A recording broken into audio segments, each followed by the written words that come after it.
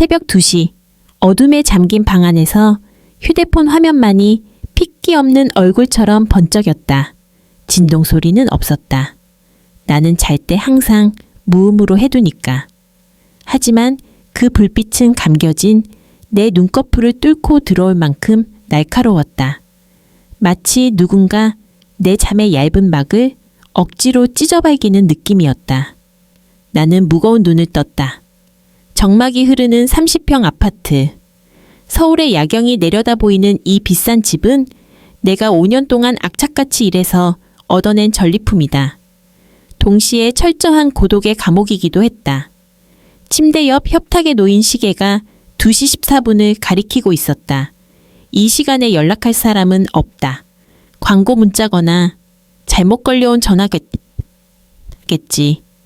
무시하고 다시 눈을 감으려 했다. 그런데 화면에 떠있는 이름 3글자가 내 호흡을 멈추게 만들었다. 박민호. 5년 전 법원 앞에서 뒤도 돌아보지 않고 헤어졌던 전 남편. 내 인생을 송두리째 무너뜨리고 다른 여자의 손을 잡고 떠났던 그 남자. 그 이름이 지금 내 휴대폰 위에서 유령처럼 부유하고 있었다. 심장이 불규칙하게 뛰기 시작했다. 분노인지 당황인지 알 수 없는 감정이 식도 끝까지 차올랐다. 차단했을 텐데. 아니, 번호를 바꿨다고 들었는데 손가락이 제멋대로 움직여 메시지 창을 열었다. 텍스트는 없었다. 사진 한 장뿐이었다. 나는 멍하니 화면을 응시했다. 김이 모락모락 피어오르는 뚝배기, 바지락 술찜이었다. 청양고추를 숭덩숭덩 썰어 넣고 뽀얀 국물이 우러나오도록 끓인 바지락 술찜. 그것은 단순한 음식 사진이 아니었다.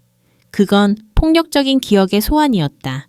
10년 전 우리가 처음 만났던 날, 돈 없던 대학원생 박민호가 나를 데려갔던 허름한 포장마차의 안주가 바로 저것이었다. 그는 소주잔을 기울이며 말했었다. 지수야, 내가 나중에 성공하면 매일매일 스테이크 썰게 해줄게. 하지만 지금은 이게 내 전부야. 나는 그때 웃으며 대답했었다. 난 스테이크보다 이게 더 좋아. 따뜻하잖아. 그 바보 같은 약속과 뜨거웠던 국물 맛과 내 손을 잡던 그의 땀 젖은 손바닥의 감촉이 사진 한 장 때문에 쓰나미처럼 밀려왔다.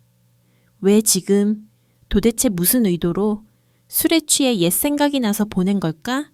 아니면 그 젊고 예쁜 여자랑 살다 보니 이제야 조강지처가 그리워진 걸까? 역겨웠다. 휴대폰을 집어 던지듯 침대 구석으로 밀어버렸다. 다시는 엮이지 않으리라 다짐했었다. 그가 바람을 피우고 그 사실을 들켰을 때 보여주었던 그 비겁한 눈빛을 나는 죽을 때까지 잊지 못할 것이다. 그는 미안하다고 빌지 않았다. 그저 도망치고 싶어 했다. 나와 함께 겪어야 했던 어떤 슬픔으로부터. 그리고 그 도피처가 바로 이혜진, 그 여자였다. 그런데 다시 진동이 울렸다. 이번에는 주소였다. 경기도 파주의 한적한 전원주택 단지. 그리고 짧은 한 문장이 뒤따라왔다. 기다릴게. 식기 전에 와. 나는 헛웃음을 터뜨렸다. 기다린다고? 식기 전에 오라고? 마치 퇴근하는 아내에게 보내는 문자 같지 않은가. 우리는 남보다 못한 사이가 된 지 5년이 지났다. 그런데 이 뻔뻔함은 도대체 어디서 나오는 것인가? 무시해야 한다. 이건 함정이다. 내 감정을 흔들어 보려는 수작이거나 아니면 정말로 미쳐버린 것이 분명하다. 이불을 머리 끝까지 뒤집었었다. 하지만 잠은 이미 달아난 지 오래였다. 머릿속에서 바지락 술찜의 냄새가 환영처럼 떠다녔다. 그리고 궁금증이 독버섯처럼 피어올랐다.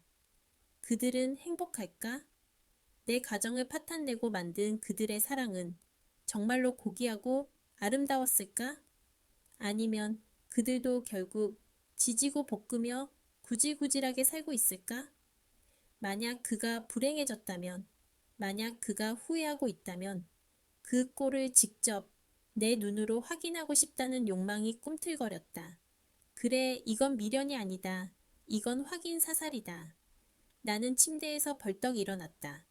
드레스룸으로 들어가 가장 비싸고 세련된 코트를 꺼내 입었다. 화장대 앞에 앉아 평소보다 짙게 아이라인을 그리고 붉은 립스틱을 발랐다. 거울 속에 비친 여자는 강해 보였다. 누구에게도 상처받지 않을 만큼 단단한 갑옷을 입은 전사 같았다. 나는 차 키를 챙겨 들고 지하 주차장으로 향했다. 새벽의 도로는 텅 비어 있었다.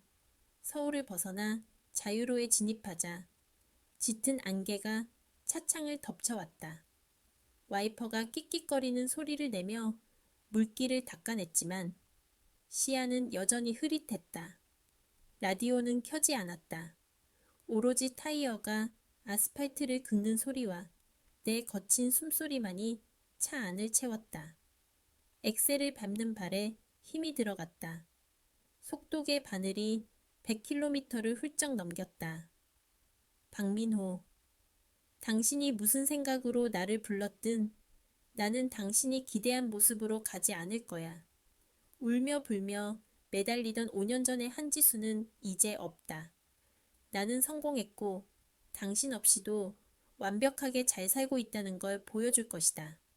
그리고 당신이 내게 준 상처가 얼마나 깊었는지 차가운 눈빛으로 되돌려줄 것이다. 1시간쯤 달렸을까. 내비게이션이 국도를 벗어나 좁은 상일로 안내했다. 가로등도 드문드문한 어두운 길이었다. 나무 그림자들이 귀신처럼 차 위로 쏟아질 듯 흔들렸다.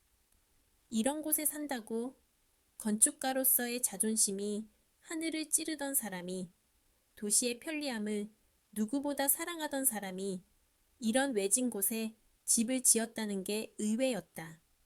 그 여자, 이혜진은 도시적인 여자였다. 명품을 좋아하고 화려한 파티를 즐기던 여자. 그녀가 이런 시골 생활을 견디고 있다는 것도 믿기지 않았다. 마침내 내비게이션이 멈췄다. 목적지에 도착했습니다. 안개 사이로 2층짜리 단독주택이 희미하게 모습을 드러냈다. 주변에는 다른 집이 거의 없었다. 오직 그 집만이 숲 한가운데 덩그러니 놓여 있었다. 그런데 이상했다. 집의 외관이 낯설지 않았다. 모던한 콘크리트 외벽 통유리로 마감된 거실, 그리고 현관 앞에 심어진 작은 단풍나무 한 그루. 그것은 박민호가 신혼 초에 스케치북에 그리며 나에게 보여주었던 꿈의 집과 놀라울 정도로 닮아 있었다. 지수야, 나중에 우리 늙으면 꼭 이런 집 짓고 살자. 넌 마당에서 책 읽고 난 커피 내리고. 그가 그렸던 설계도 속의 집이 현실로 튀어나와 내 눈앞에 서 있었다. 소름이 돋았다. 그 꿈은 우리 둘만의 것이었다. 그런데 그는 그 꿈을 훔쳐다가 다른 여자와 함께 살 집으로 완성해버린 것이다. 배신감이 다시금 치솟았다. 나와의 추억을, 나와의 미래를 그는 아무렇지도 않게 재활용하고 있었다. 나는 시동을 끄고 차에서 내렸다. 차가운 새벽 공기가 폐부 깊숙이 들어왔다. 숲의 냄새와 흙냄새, 그리고 어렴풋이 음식 냄새가 섞여 있었다. 집 안에서는 따뜻한 주황색 불빛이 새어 나오고 있었다. 마치 화목한 가정의 광고 사진처럼 평온해 보였다. 나는 주먹을 꽉 쥐었다. 손톱이 손바닥을 파고드는 고통으로 정신을 차렸다. 당당해져야 한다. 나는 턱을 치켜들고 현관문 앞으로 걸어갔다. 초인종을 누르려는 순간 손이 미세하게 떨렸다. 심호흡을 한번 크게 했다. 그리고 벨을 눌렀다. 딩동. 경쾌한 벨소리가 고요한 숲속으로 퍼져나갔다. 짧은 침묵이 흘렀다. 발자국 소리가 들려왔다. 저벅저벅저벅. 나는 준비했던 차가운 표정을 지었다. 박민호가 문을 열면 싸늘하게 웃으며 말할 생각이었다. 이 새벽에 전철을 불러내는 건 무슨 예의니? 제정신이야? 도어록이 해제되는 소리가 났다. 띠리릭. 육중한 현관문이 천천히 열렸다. 나는 숨을 멈췄다. 하지만 문 뒤에 서 있는 사람은 박민호가 아니었다. 그 여자였다. 이혜진, 내 가정을 파괴범, 내 남편을 뺏어간 도둑년. 그런데 내 눈앞에 있는 여자는 내가 기억하던 이혜진이 아니었다. 5년 전 나를 비웃으며 꼿꼿하게 서 있던 그 오만하고 화려했던 젊은 여자는 온데간데 없었다. 그녀는 낡고 목이 늘어난 티셔츠를 입고 있었다. 머리카락은 며칠은 감지 않은 듯 푸석하게 엉켜 있었고 아무렇게나 질끈 묶고 있었다. 무엇보다 충격적인 건 그녀의 얼굴이었다. 화장기 하나 없는 얼굴은 창백하다 못해 흑빛에 가까웠고 눈 밑에는 짙은 다크서클이 퀭하게 내려앉아 있었다. 마치 생기를 모두 빨린 껍데기 같았다. 그녀의 시선은 불안하게 흔들렸다. 그리고 그녀가 허리에 두르고 있는 앞치마. 그것은 내가 신혼 때 즐겨 입던 곰돌이 자수가 놓인 바로 그 앞치마와 똑같은 디자인이었다. 기괴했다. 마치 10년 전의 나를 어설프게 코스프레한 유령을 보는 것 같았다. 나는 말문이 막혀 그녀를 멍하니 바라보았다. 그녀가 나를 보았다. 적대감이나 경계심은 없었다. 오히려 물에 빠진 사람이 구조대를 발견한 듯한 절박한 눈빛이었다. 그녀의 입술이 파르르 떨렸다. 그녀가 고개를 깊이 숙였다. 인사가 아니었다. 그건 굴복이자 애원이었다. 오셨어요? 정말 와주셨네요. 그녀의 목소리는 갈라져서 잘 들리지 않을 정도였다. 나는 미간을 찌푸리며 물으려 했다. 박민호는 어디 있냐고? 이게 무슨 장난이냐고? 하지만 그녀가 먼저 한 발짝 다가오며 내 손을 덥석 잡았다. 그녀의 손은 얼음장처럼 차가웠고 거칠었다. 언니, 아니, 지수씨? 그녀가 눈물을 그렁거리며 속삭였다. 부탁이에요. 제발 들어오세요. 그리고 오늘 밤만, 딱 오늘 저녁 식사만. 그녀는 침을 꿀꺽 삼키며 닫힌 안방 문 쪽을 힐끔거렸다. 극도로 겁에 질린 표정이었다. 그 사람 아내인 척 연기 좀 해주세요. 제발요. 안 그러면 큰일 나요. 무슨 소리인가? 아내인 척 연기를 하라니. 이미 법적으로, 실질적으로 그의 아내인 사람이 눈앞에 있는데 나는 뿌리치려 했다. 하지만 그녀의 소나기 힘은 필사적이었다. 그때 집 안쪽 부엌에서 남자의 목소리가 들려왔다. 너무나도 명랑하고 너무나도 다정한 5년 전에는 들어본 적 없는 밝은 목소리였다. 여보, 왔어? 왜 현관에 서 있어? 빨리 들어와. 국 다 식는다. 박민호였다. 그는 나를 부르고 있었다. 여보라고. 이 집의 여자는 나와 이혜진 둘뿐이다. 그가 부르는 여보는 누구인가? 이혜진이 나를 보며 고개를 저었다. 입 모양으로 간절하게 말했다. 저 말고 언니를 부르는 거예요. 나는 등골을 타고 차가운 전율이 흐르는 것을 느꼈다. 이 집에는 무언가 끔찍하게 잘못된 일이 벌어지고 있다. 단순한 불륜 남녀의 사랑 싸움이 아니다. 이곳은 뒤틀린 시간의 감옥이다. 나는 홀린 듯 이혜진이 이끄는 대로 현관 안으로 발을 들여놓았다. 현관문이 닫히는 소리가 쿵 하고 등 뒤에서 울렸다. 마치 거대한 짐승의 입속으로 걸어 들어온 것 같았다. 월드 카운트 2450. 거실로 들어서는 순간 나는 형이증을 느껴왔다. 발바닥에 닿는 원목 마루의 감촉, 은은하게 풍기는 디퓨저의 라벤더 향기, 그리고 소파 위에 무심하게 놓인 베이지색 쿠션들. 모든 것이 너무나 익숙했다. 그것은 10년 전 우리가 신혼생활을 시작했던 서울 마포구의 20평짜리 아파트 거실을 그대로 옮겨놓은 것 같았다. 아니, 옮겨놓은 정도가 아니었다. 가구의 배치, 벽에 걸린 그림의 위치, 심지어 책장에 꽂힌 책들의 순서까지 똑같았다. 마치 누군가 내 기억을 해부해서 현실 공간에 3D 프린터로 찍어낸 것 같은 기괴함. 나는 숨을 죽이고 부엌 쪽을 바라보았다. 달그락 달그락. 도마 위에서 칼질하는 소리가 경쾌하게 울려왔다. 이혜진은 내 뒤에 그림자처럼 서 있었다. 그녀는 내 코트를 받아들려고 손을 뻗었다가 흠칫 놀라며 손을 거두었다. 자기가 내 물건에 손을 대면 안 된다는 듯 혹은 내가 더러워할 거라는 걸 안다는 듯한 태도였다. 그녀는 대신 입 모양으로 말했다. 웃어주세요, 제발. 그때 부엌에서 남자가 걸어 나왔다. 박민호, 5년 만에 보는 얼굴이었다. 그런데 내가 예상했던 모습이 아니었다. 그는 늙어 있었다. 겨우 42살일 텐데 머리카락에는 흰 서리가 내려앉았고 광대뼈가 도드라질 만큼 볼이 패여 있었다. 헐렁한 니트 셔츠 아래로 드러난 손목뼈가 앙상했다. 병색이 완연했다. 하지만 그 병든 육체 위에 걸린 표정만큼은 소름 끼치도록 밝았다. 지수야, 왜 거기 멍하니 서 있어? 그가 환하게 웃었다. 눈가에 잡히는 주름마저 다정해 보였다. 그 미소는 그가 나를 배신하기 전 우리가 세상에서 제일 행복한 부부라고 믿었던 그 시절의 미소와 토시 하나 틀리지 않았다. 그는 성큼성큼 다가왔다. 나는 반사적으로 뒷걸음질 칠 뻔했다. 하지만 다리가 얼어붙어 움직이지 않았다. 그가 내 앞에 섰다. 그에게서 옅은 파스 냄새와 음식 냄새가 섞여났다. 오늘 많이 힘들었지? 편집장님이 또 괴롭혔어? 편집장님, 나는 지금 출판사 대표다. 편집장에게 시달리던 건 8년 전 내가 대리 직급이었을 때의 이야기다.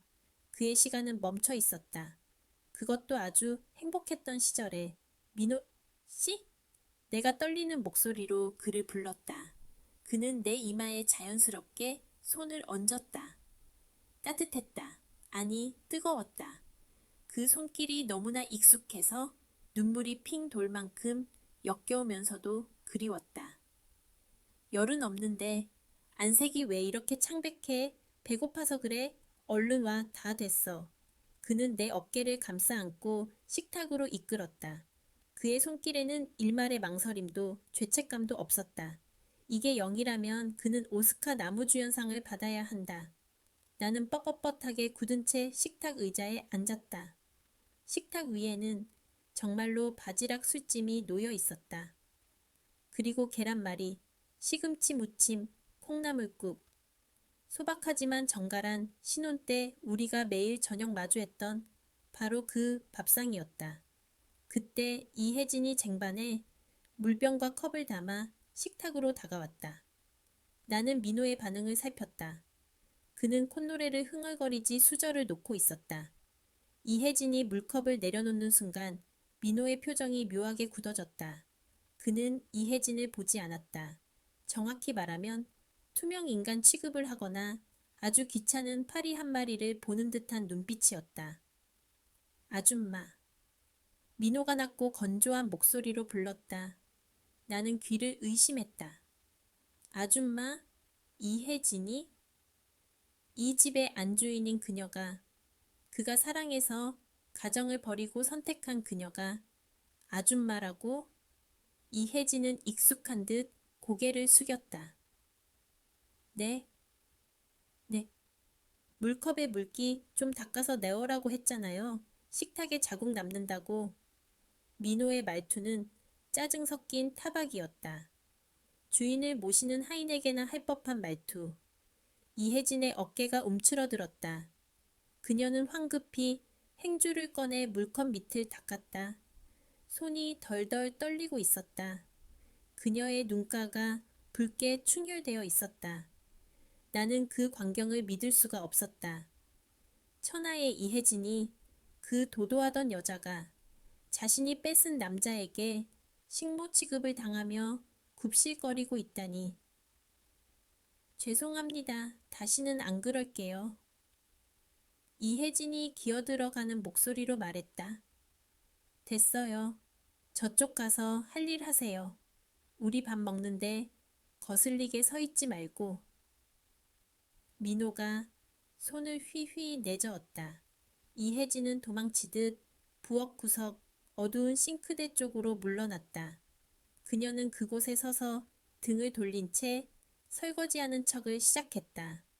하지만 나는 알 수 있었다. 그녀가 소리 없이 울고 있다는 것을. 그녀의 등은 흐느낌을 참느라 미세하게 들썩이고 있었다.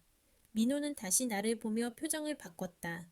방금 전의 짜증은 온데간데 없고 다시 사랑꾼 남편의 얼굴로 돌아왔다. 지수야, 신경 쓰지 마. 새로운 도우미 아줌마가 영 일을 못하네. 내일 업체에 전화해서 바꿔달라고 해야겠어. 나는 마른 침을 삼켰다. 저 사람 누구라고? 응? 도우미 아줌마라니까. 저번에 면접 봤던 사람 기억 안 나? 뭐 중요하지 않아. 자, 얼른 먹어. 이거 바지락 내가 아침에 시장 가서 직접 사온 거야. 해감하느라 얼마나 고생했는지 알아? 그는 숟가락에 국물을 떠서 내 입가에 가져다 주었다. 아, 해봐. 간이 맞나? 보게. 상황이 너무 비현실적이어서 나는 최면에 걸린 사람처럼 입을 벌렸다. 따뜻하고 짭조름한 국물이 입안으로 들어왔다. 칼칼한 청양고추 향과 바지락의 감칠맛. 맛있었다. 젠장, 너무 맛있었다. 눈물이 왈칵 쏟아질 것 같았다. 이 맛은 내 20대의 맛이었다. 가난했지만 서로만 있으면 된다고 믿었던 순수하고 멍청했던 시절의 맛. 그가 바람을 피우기 전 매일 저녁 나를 기다리게 했던 그 맛. 어때? 괜찮아? 그가 기대에 찬 눈빛으로 물었다. 나는 간신히 고개를 끄덕였다. 응, 맛있네. 다행이다. 역시 우리 지수는 내가 해준 걸 제일 좋아한다니까. 그는 아이처럼 좋아하며 자신의 밥그릇에 밥을 펐다. 손이 미세하게 떨려서 밥알이 식탁에 조금 흘렀다. 그는 그것을 눈치채지 못했다. 아니면 무시하고 있는 걸까? 나는 밥을 먹는 둥 마는 둥 하며 그를 관찰했다. 그는 쉴 새 없이 떠들었다. 내용은 모두 과거의 것이었다. 이번 주말에 홍대 가서 영화 볼까? 장모님 생신 선물은 뭘로 하지? 우리 적금 만기 되면 유럽 여행 가자고 했잖아. 나 스페인 가우디 투어 루트 다 짜놨어. 그의 머릿속에는 이혼이라는 단어가 존재하지 않았다. 이혜진이라는 존재도 지워져 있었다. 그의 뇌는 스스로를 보호하기 위해 가장 행복했던 시절로 도피해버린 것이다.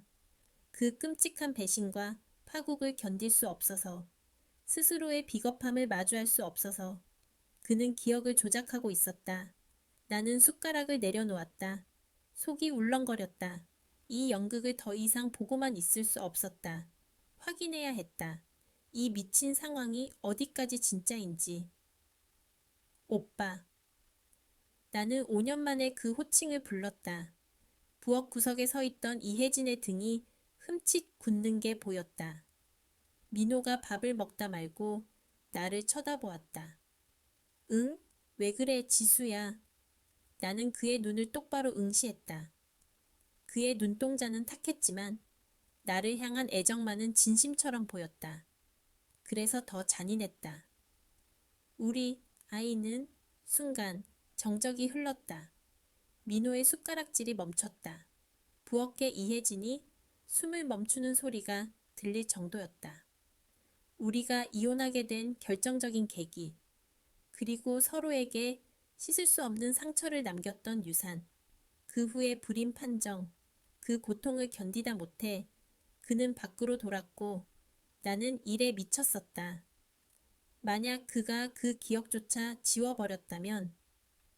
민호의 표정이 천천히 일그러졌다. 슬픔인지 고통인지 모를 기묘한 그림자가 얼굴을 스치고 지나갔다. 하지만 아주 찰나였다. 그는 다시 억지로 미소를 지어 보였다. 하지만 입꼬리가 부자연스럽게 떨리고 있었다. 무슨 소리야? 우리 아직 젊잖아. 천천히 가지면 되지. 의사 선생님이 그랬잖아. 스트레스 받지 말고 편안하게 마음 먹으라고. 나는 너만 있으면 돼. 아이 없어도 우리 둘이서 평생 연애하듯이 살면 되잖아. 안 그래? 거짓말. 그는 그때 그렇게 말하지 않았었다. 집에 들어오면 숨이 막혀. 넌 아이 잃은 슬픔을 무기처럼 휘두르잖아. 그게 그가 집을 나가면서 내뱉은 마지막 말이었다. 그런데 지금 그는 자신의 기억을 아름답게 덧칠하고 있었다. 자신이 꽤 괜찮은 남편이었던 것처럼. 나는 주먹을 꽉 쥐었다. 식탁볼을 쥐어뜯고 싶은 충동을 눌렀다. 그때였다. 민호가 갑자기 수저를 떨어뜨렸다. 쨍그랑 요란한 소리가 났다. 그의 오른손이 심하게 경련을 일으키고 있었다. 그는 당황하며 왼손으로 오른손을 잡았다. 아, 왜 이러지? 손이 좀 저리네. 그때 부엌에서 이혜진이 튀어나왔다. 약 드실 시간이에요. 그녀가 급하게 약통과 물을 들고 달려왔다. 그녀의 얼굴은 사색이 되어 있었다. 하지만 민호는 그녀를 보자마자 소리를 질렀다. 저리 가. 누가 오라고 했어? 그가 이혜진의 손을 거칠게 뿌리쳤다. 약통이 바닥으로 굴러떨어지며 알약들이 사방으로 흩어졌다. 이혜진은 바닥에 주저앉아 벌벌 떨며 알약들을 줍기 시작했다. 죄송합니다. 죄송합니다. 그녀는 끊임없이 중얼거렸다.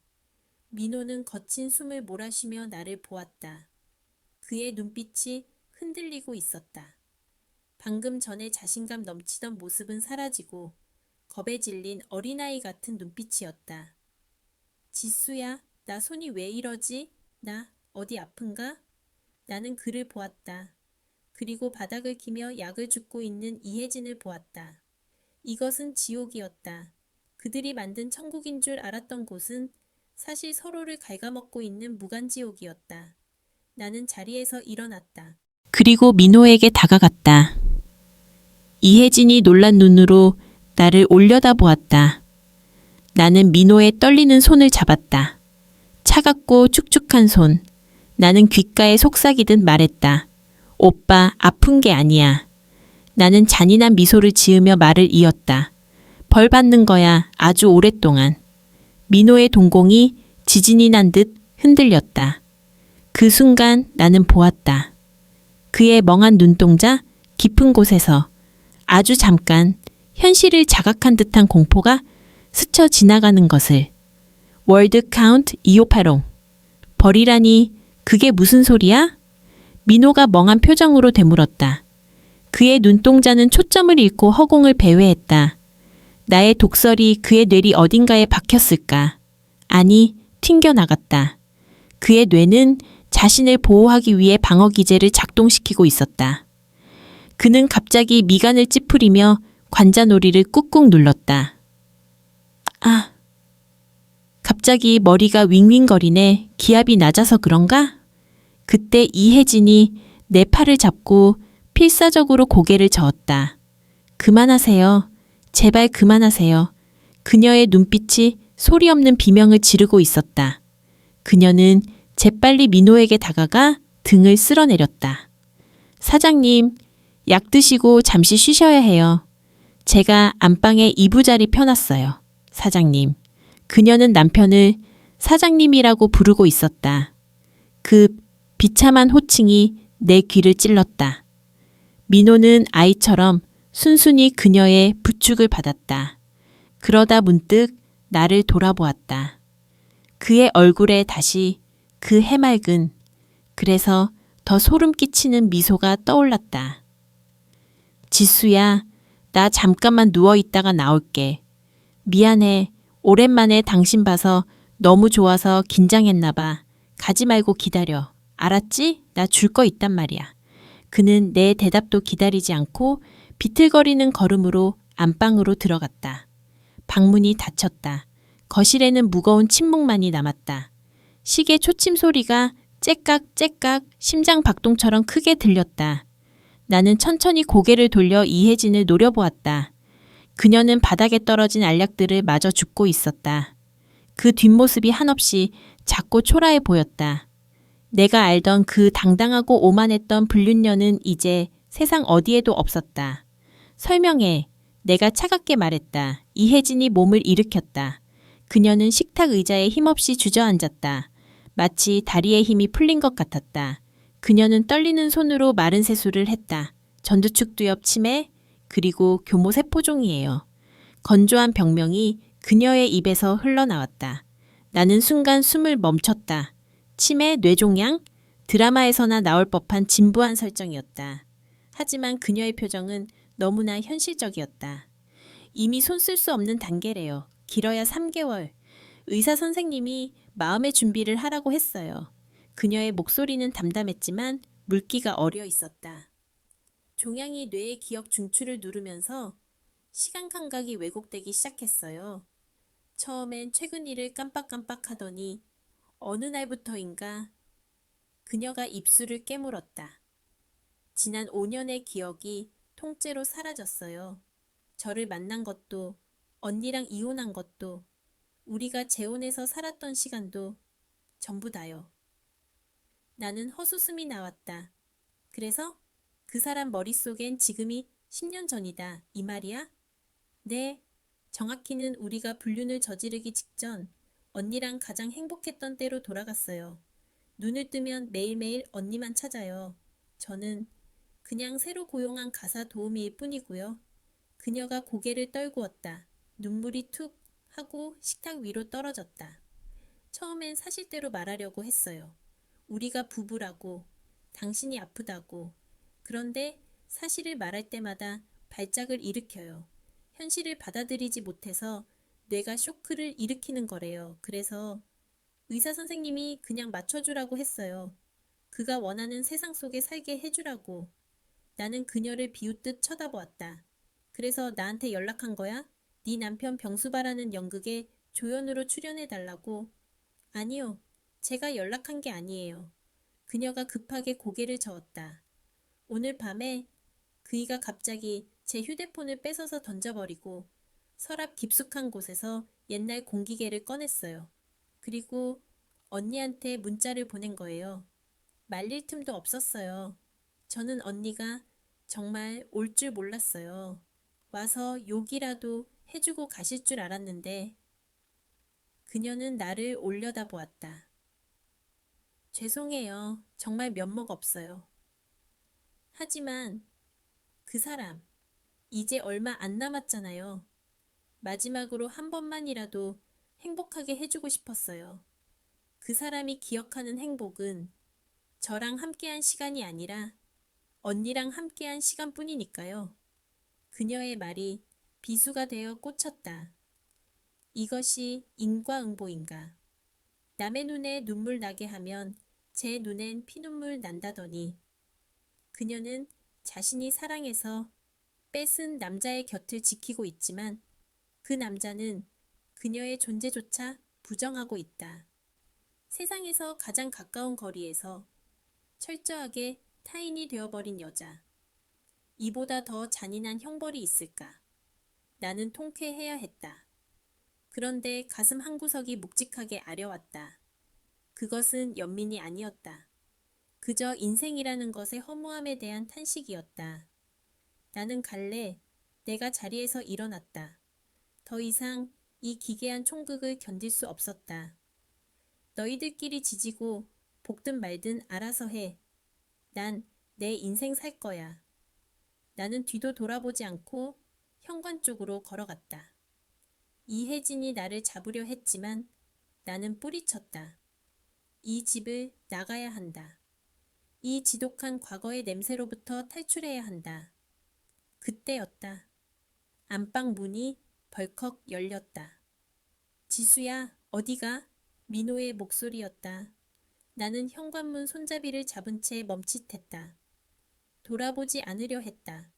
그냥 문을 열고 나가면 끝이다. 하지만 그의 다음 말이 내 발목을 잡았다. 이거 놓고 갔잖아, 우리 아기 신발. 심장이 쿵 하고 내려앉았다. 천천히, 아주 천천히 고개를 돌렸다. 민호가 거실 한가운데 서 있었다. 그의 손에는 낡은 선물 상자 하나가 들려 있었다. 그리고 그 안에는 손바닥만 한 하얀색 아기 신발이 들어 있었다. 그것은 7년 전 내가 유산했을 때 잃어버린 아이를 위해 샀던 첫 신발이었다. 내가 꼴도 보기 싫다며 내다 버리라고 소리쳤던 그 신발. 그가 그걸 버리지 않고 가지고 있었다니.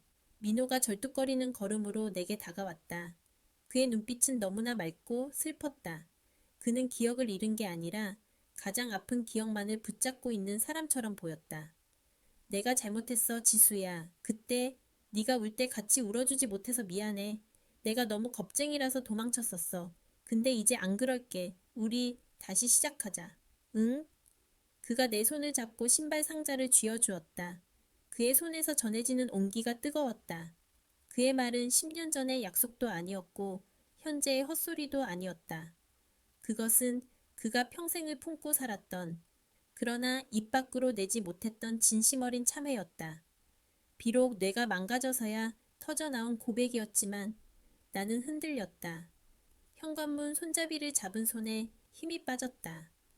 내 옆에서 이혜진이 입을 틀어막고 소리 없이 오열하고 있었다. 그녀도 알 것이다.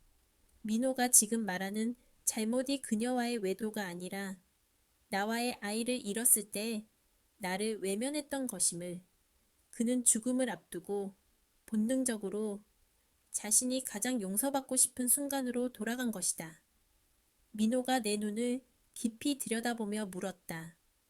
저녁 아직 다 안 먹었잖아. 국 식겠어. 앉을 거지? 그의 눈동자 속에 비친 나는 울고 있었다.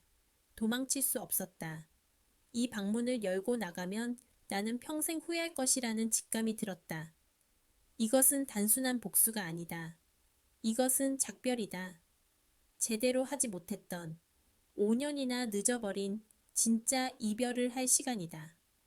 나는 천천히, 아주 천천히 신발을 벗고 다시 거실로 올라섰다. 민호의 얼굴이 환하게 밝아졌다.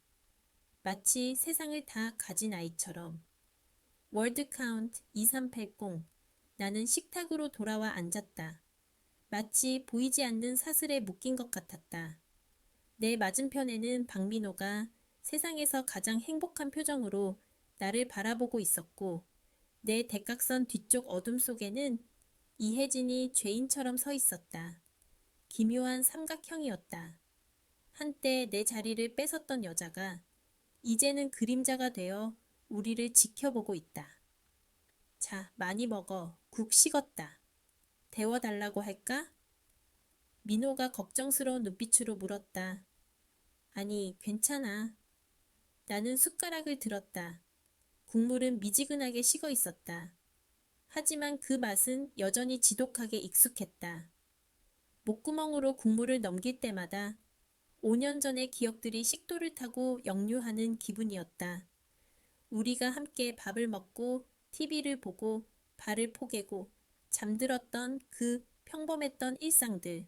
그것이 얼마나 소중했는지, 그리고 그것이 깨졌을 때 얼마나 아팠는지. 나는 묵묵히 밥을 씹어 삼켰다. 모래를 씹는 것 같았지만 뱉어낼 수 없었다.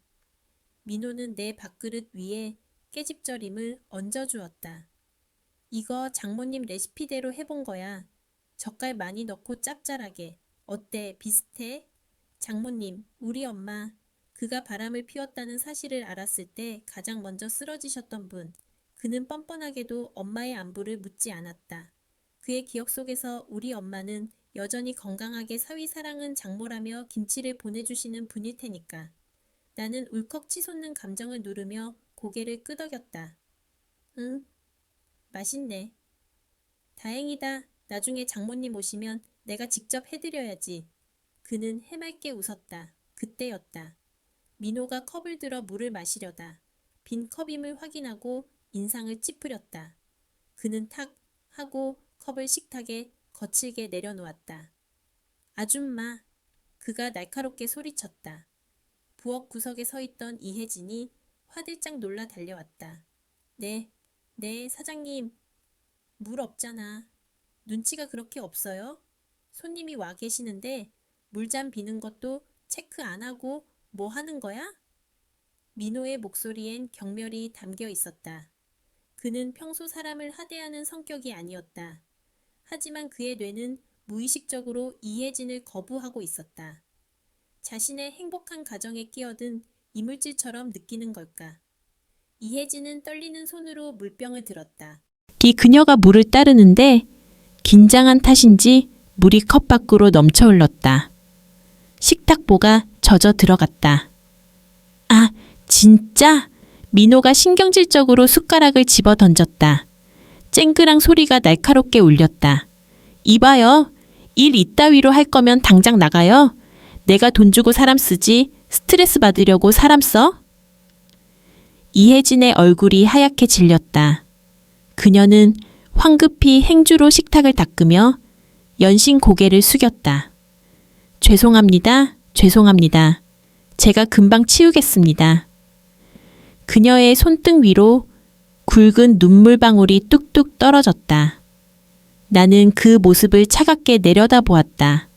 5년 전 그녀는 내게 말했었다. 언니, 사랑은 죄가 아니잖아요. 민호 씨 관리 못한 건 언니 책임 아니에요? 그렇게 당당하던 입술이 지금은 파랗게 질려 죄송합니다만 반복하고 있다. 이것은 복수다. 신이 나에게 선물한 가장 잔혹하고 완벽한 복수. 그런데 이상하게도 통쾌함보다는 가슴 한구석이 짓눌리는 듯한 불쾌감이 들었다. 오빠, 그만해. 내가 나직하게 말했다. 실수할 수도 있지. 오늘 처음 온 분이라며. 민호는 내 말에 금세 표정을 풀었다. 언제 화를 냈냐는 듯 순한 양이 되었다. 지수가 착해서 봐주는 거야. 다른 집 같았으면 벌써 찰렸어. 알아요? 그는 이혜진에게 핀잔을 주고는 다시 나를 보며 웃었다.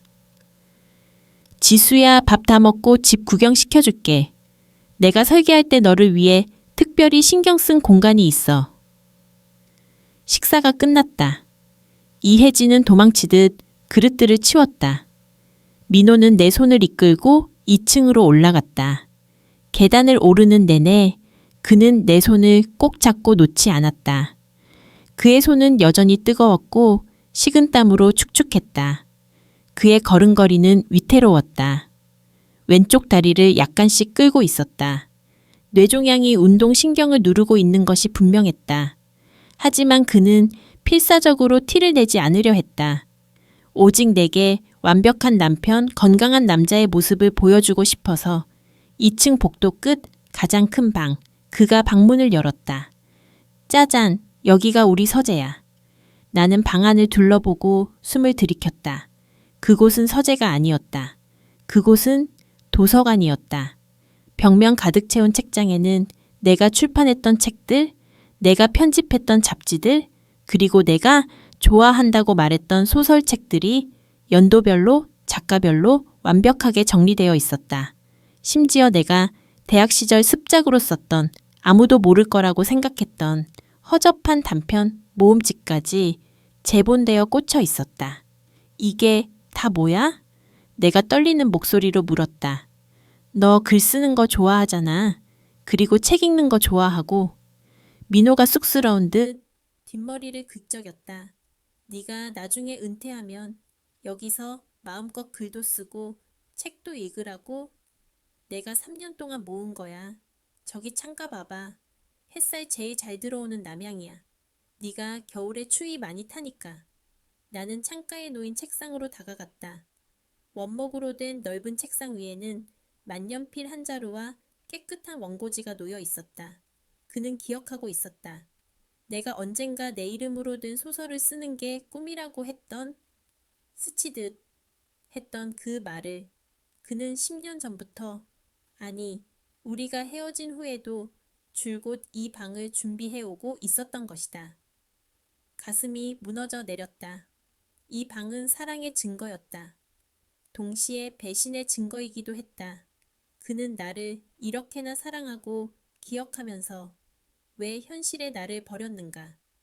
왜 그 끔찍한 외도로 우리를 파괴했는가? 그 모순이 나를 미치게 했다.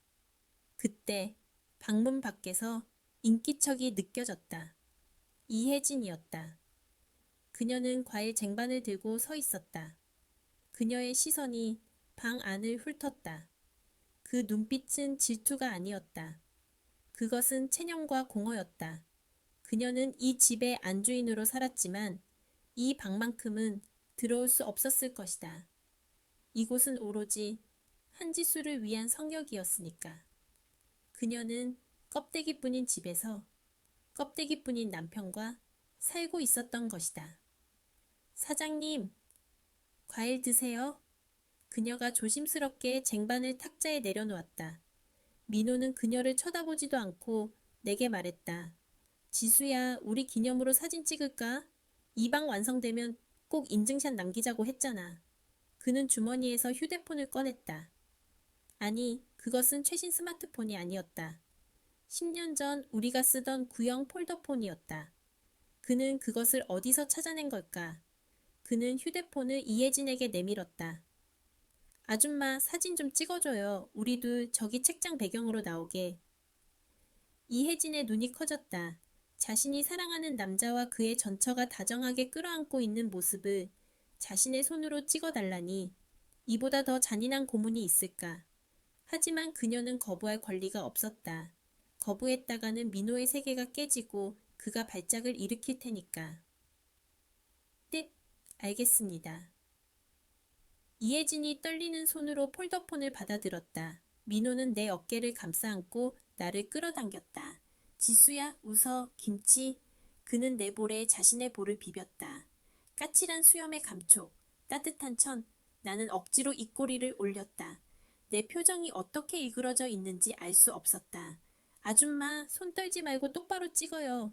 민호가 렌즈를 보며 소리쳤다. 이혜진은 입술을 꽉 깨물었다. 그녀의 눈에서 눈물이 흘러내려 폰 액정 위로 떨어졌다. 찰칵 플래시가 터졌다. 그 순간 시간이 멈춘 것 같았다. 박제된 행복. 그리고 그 행복을 기록해야 하는 불행한 관찰자. 어디 봐. 민호가 폰을 뺏어 들고 화면을 확인했다. 좀 흔들렸네. 뭐 그래도 분위기 있네. 지수가 예쁘니까 됐어. 그는 만족스러운 듯 폰을 닫았다. 그러고는 갑자기 미간을 찌푸리며 비틀거렸다. 윽. 그가 책상을 짚으며 신음소리를 냈다. 오빠. 사장님. 나와 이혜진이 동시에 소리쳤다. 민호는 고통스러운 듯 머리를 감싸 쥐었다. 아, 머리가 깨질 것 같아. 그의 얼굴이 순식간에 붉게 달아올랐다. 목에 핏대가 섰다. 이혜진이 달려들어 그의 주머니에서 비상약을 꺼냈다. 하지만 민호는 그녀의 손을 쳐냈다. 건드리지 마, 지수야, 지수야. 그는 허공에 손을 휘저으며 나를 찾았다. 눈앞이 보이지 않는 것 같았다. 시신경에 압박이 온 것이다. 나는 덜덜 떨리는 그의 손을 잡았다. 나 여기 있어. 오빠, 나 여기 있어. 그는 내 손을 생명줄처럼 꽉 쥐었다. 손톱이 살을 파고들 만큼 강한 힘이었다. 가지마. 제발 가지마. 내가 잘못했어. 그 여자 아무것도 아니야. 그냥 실수였어. 나는 너밖에 없어. 그는 10년 전의 그날이 아니라 5년 전의 그날을 고백하고 있었다. 기억이 뒤섞이고 있었다. 과거와 현재, 죄의식과 사랑이 혼돈 속에서 폭발하고 있었다. 혜진이는 그냥 도망칠 곳이었어. 너를 볼 면목이 없어서, 네 슬픈 눈을 보는 게 무서워서. 그가 울부짖었다. 그 자리에 얼어붙은 이혜진의 얼굴이 무너져 내렸다. 그녀가 평생을 부정하고 싶었던 진실. 그녀는 사랑받은 적이 없었다는 것. 그녀는 그저 비겁한 남자의 도피처이자 진통제였을 뿐이라는 사실이 그의 입을 통해 확인 사살된 것이다. 민호의 다리가 풀렸다. 그가 바닥으로 무너져 내렸다. 나도 함께 주저앉았다. 그는 내 품에 안겨 경련을 일으키기 시작했다. 입가에 거품이 물렸다. 사장님, 약 먹여야 해요. 이혜진이 울면서 알약을 내밀었다.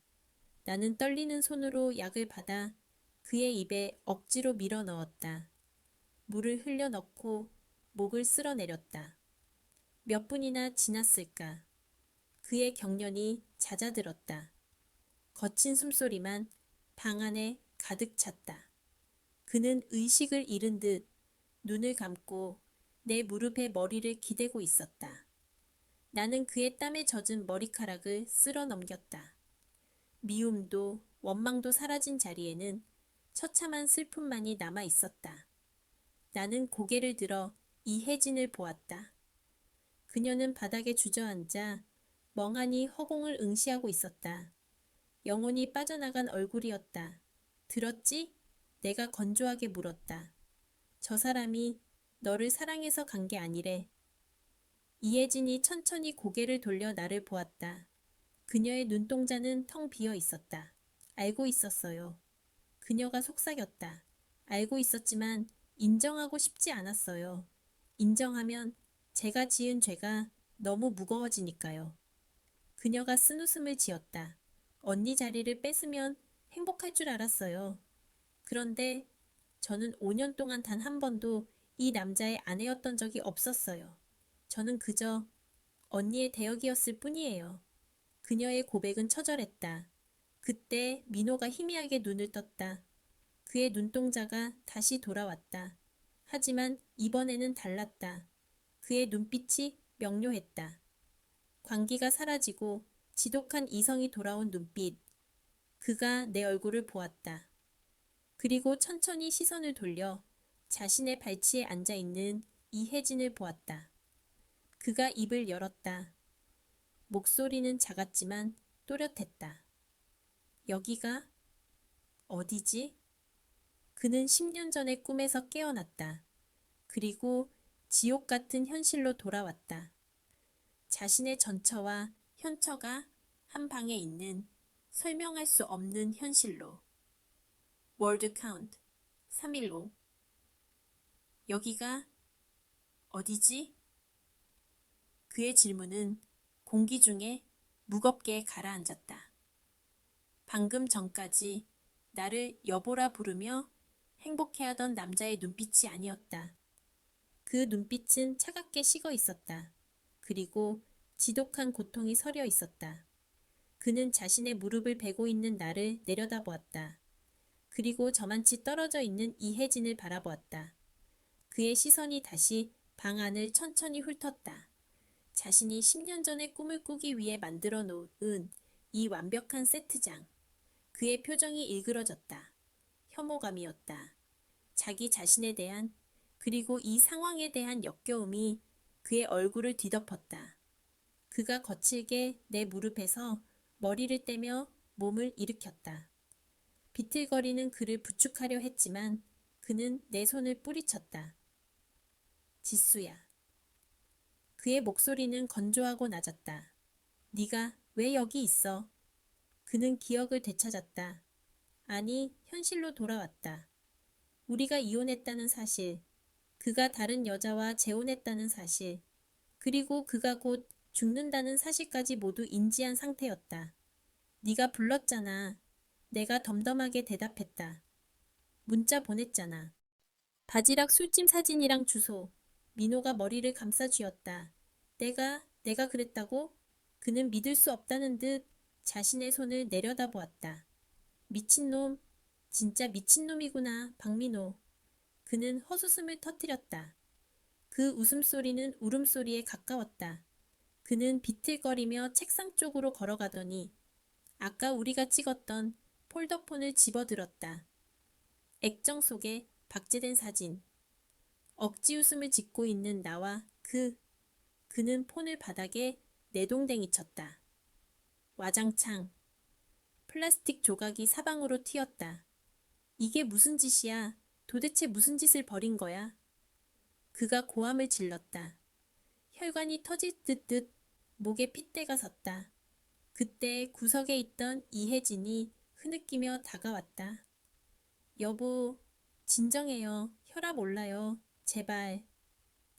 민호가 고개를 돌려 그녀를 쏘아보았다. 그의 눈빛에는 증오가 아닌 서늘한 경멸이 담겨 있었다. 너는 왜 이걸 보고만 있었어? 내가 미쳐서 날뛰면 묶어서라도 막았어야지. 전철을 불러? 내 꼴을 구경시키려고? 내가 이렇게 비참하게 망가진 꼴을 지수한테 보여주려고? 이혜진이 바닥에 무릎을 꿇었다. 막을 수가 없었어요. 당신이 죽을 것처럼 발작하니까. 당신이 행복해하는 모습 한 번이라도 보고 싶어서. 행복? 민호가 코웃음을 쳤다. 가짜잖아. 다 가짜잖아. 내 머릿속이 썩어 문드러져서 만든 망상이잖아. 그게 어떻게 행복이야. 그건 모독이야. 지수에 대한 모독이고 너에 대한 기만이야. 그는 숨을 헐떡이며 책상을 짚었다. 나는 그 모습을 지켜보며 천천히 입을 열었다. 맞아, 기만이지. 그런데 민호 씨, 당신은 멀쩡했을 때도 기만했잖아. 민호의 어깨가 굳었다. 그가 천천히 나를 돌아보았다. 나는 차가운 눈으로 그를 응시했다. 기억 안 나? 5년 전 당신이 집 나가던 날 나한테 그랬잖아. 사랑해서 떠난다고. 그 역겨운 대사. 그게 진짜 기만 아니었어? 차라리 젊은 여자가 좋아서 간다고 하지. 그랬어. 민호는 아무 말도 하지 못했다. 그의 입술이 파르르 떨렸다. 그는 시선을 피했다. 지금 이 순간 그는 뇌종양 환자가 아니라 죄 지은 전 남편으로 내 앞에 서 있었다. 미안하다. 한참 만에 그가 뱉은 말은 고작 그거였다. 미안해. 뭐가? 바람 피운 거? 아니면 아픈 모습 보여준 거? 전부 다. 그가 힘겹게 말을 이었다. 너를 버린 거, 너를 아프게 한 거, 그리고 끝까지 비겁하게 도망친 거. 그는 책상에 기대어 주저앉았다. 다리에 힘이 들어가지 않는 모양이었다. 사실은 다 기억하고 있었어. 그의 고백이 이어졌다. 치매 진단을 받기 전부터, 아니, 혜진이랑 살림을 차린 직후부터 하루도 너를 생각하지 않은 날이 없었어. 방 안의 공기가 얼어붙었다. 이혜진의 울음소리가 뚝 그쳤다. 그녀는 멍하니 민호의 뒷모습을 바라보았다. 거짓말하지 마. 내가 쏘아붙였다. 그럼 돌아왔어야지. 그렇게 그리웠으면 무릎 꿇고 빌러왔어야지. 못 가. 민호가 고개를 저었다. 나는 너를 볼 자격이 없으니까. 우리 아이가 죽었을 때 내가 너한테 했던 말들. 지겨워 그만 좀 울어. 산 사람은 살아야지. 그 말들이 매일 밤 내 목을 졸랐어. 나는 살인자야. 너의 영혼을 죽인 살인자. 살인자가 어떻게 피해자한테 돌아가? 그래서 참았어. 그냥 이대로 벌받다가 죽자고. 그는 거친 숨을 내쉬며 가슴을 쳤다. 그런데 뇌가 망가지니까, 이성이 마비되니까 억눌러 왔던 욕망이 터져 나온 거야. 너를 보고 싶다는 욕망, 너한테 밥 한 끼 해주고 싶다는 욕망, 용서받고 싶다는 더러운 욕망. 그는 고개를 들고 나를 보았다. 눈물이 그렁그렁한 눈이었다. 지수야, 나 사실은 너 한 번만 보고 죽고 싶었어. 그래서 무의식이 널 부른 거야. 미안해. 정말 미안해. 그의 진심은 칼이 되어 내 심장을 후벼 팠다. 그리고 동시에 옆에 있는 이혜진을 난도질했다. 그녀는 투명 인간보다 못한 존재가 되었다. 그녀가 바친 5년의 시간, 그녀가 감내한 모든 비난과 수모가 부정당했다. 그녀는 사랑받은 적이 없었다. 단 한순간도. 그만해. 비명이 터져나왔다. 이혜진이었다. 그녀가 벌떡 일어났다. 순한 양 같던 그녀의 눈이 뒤집혀 있었다. 그녀는 민호에게 달려들어 멱살을 잡았다. 힘없는 환자의 몸이 종이 인형처럼 흔들렸다. 어떻게 나한테 이래? 당신 사람이야? 내가 당신 똥 기저귀 갈아주고 당신 토한 거 다 받아내고 밤마다 발작하는 거 끌어안고 울었는데 나한테는 한 번도 사랑한다고 안 했잖아. 그녀가 울부짖었다. 당신 기억 잃었을 때도 하루 종일 지수야, 지수야만 찾았어. 나는 옆에서 밥 떠먹여주는데 당신은 허공에 대고 전처 이름만 불렀다고. 그래도 참았어. 아프니까, 아픈 사람이니까. 그런데 제정신 돌아와서도 내 눈앞에서 다른 여자만 찾아? 내가 그렇게 우스워? 내가 그렇게 하찮아? 그녀는 민호의 가슴을 주먹으로 내리쳤다. 퍽퍽 둔탁한 소리가 났다. 하지만 민호는 반항하지 않았다. 그저 고개를 떨구고 그 매질을 다 막고 있었다. 그 모습이 이혜진을 더 미치게 만들었다. 차라리 화를 내 변명이라도 하라고. 나도 사랑했다고. 나랑 살 때도 좋았다고 거짓말이라도 해. 이 나쁜 새끼야. 이혜진은 바닥에 쓰러져 오열했다. 그녀의 울음소리는 짐승의 울음소리처럼 처절했다. 나는 그 광경을 보며 입술을 깨물었다. 통쾌하지 않았다. 이건 승리가 아니다. 이건 그냥 파국이다. 사랑이라는 이름으로 포장된 욕망들이 얽히고 설켜 만들어낸 끔찍한 파국. 민호가 힘들게 입을 열었다. 혜진아. 이혜진이 울음을 멈추고 고개를 들었다. 기대를 품은 눈빛이었다. 마지막 순간이라도 따뜻한 말을 듣고 싶은 간절함. 너도 알고 시작했잖아. 민호의 목소리는 잔인할 정도로 차분했다.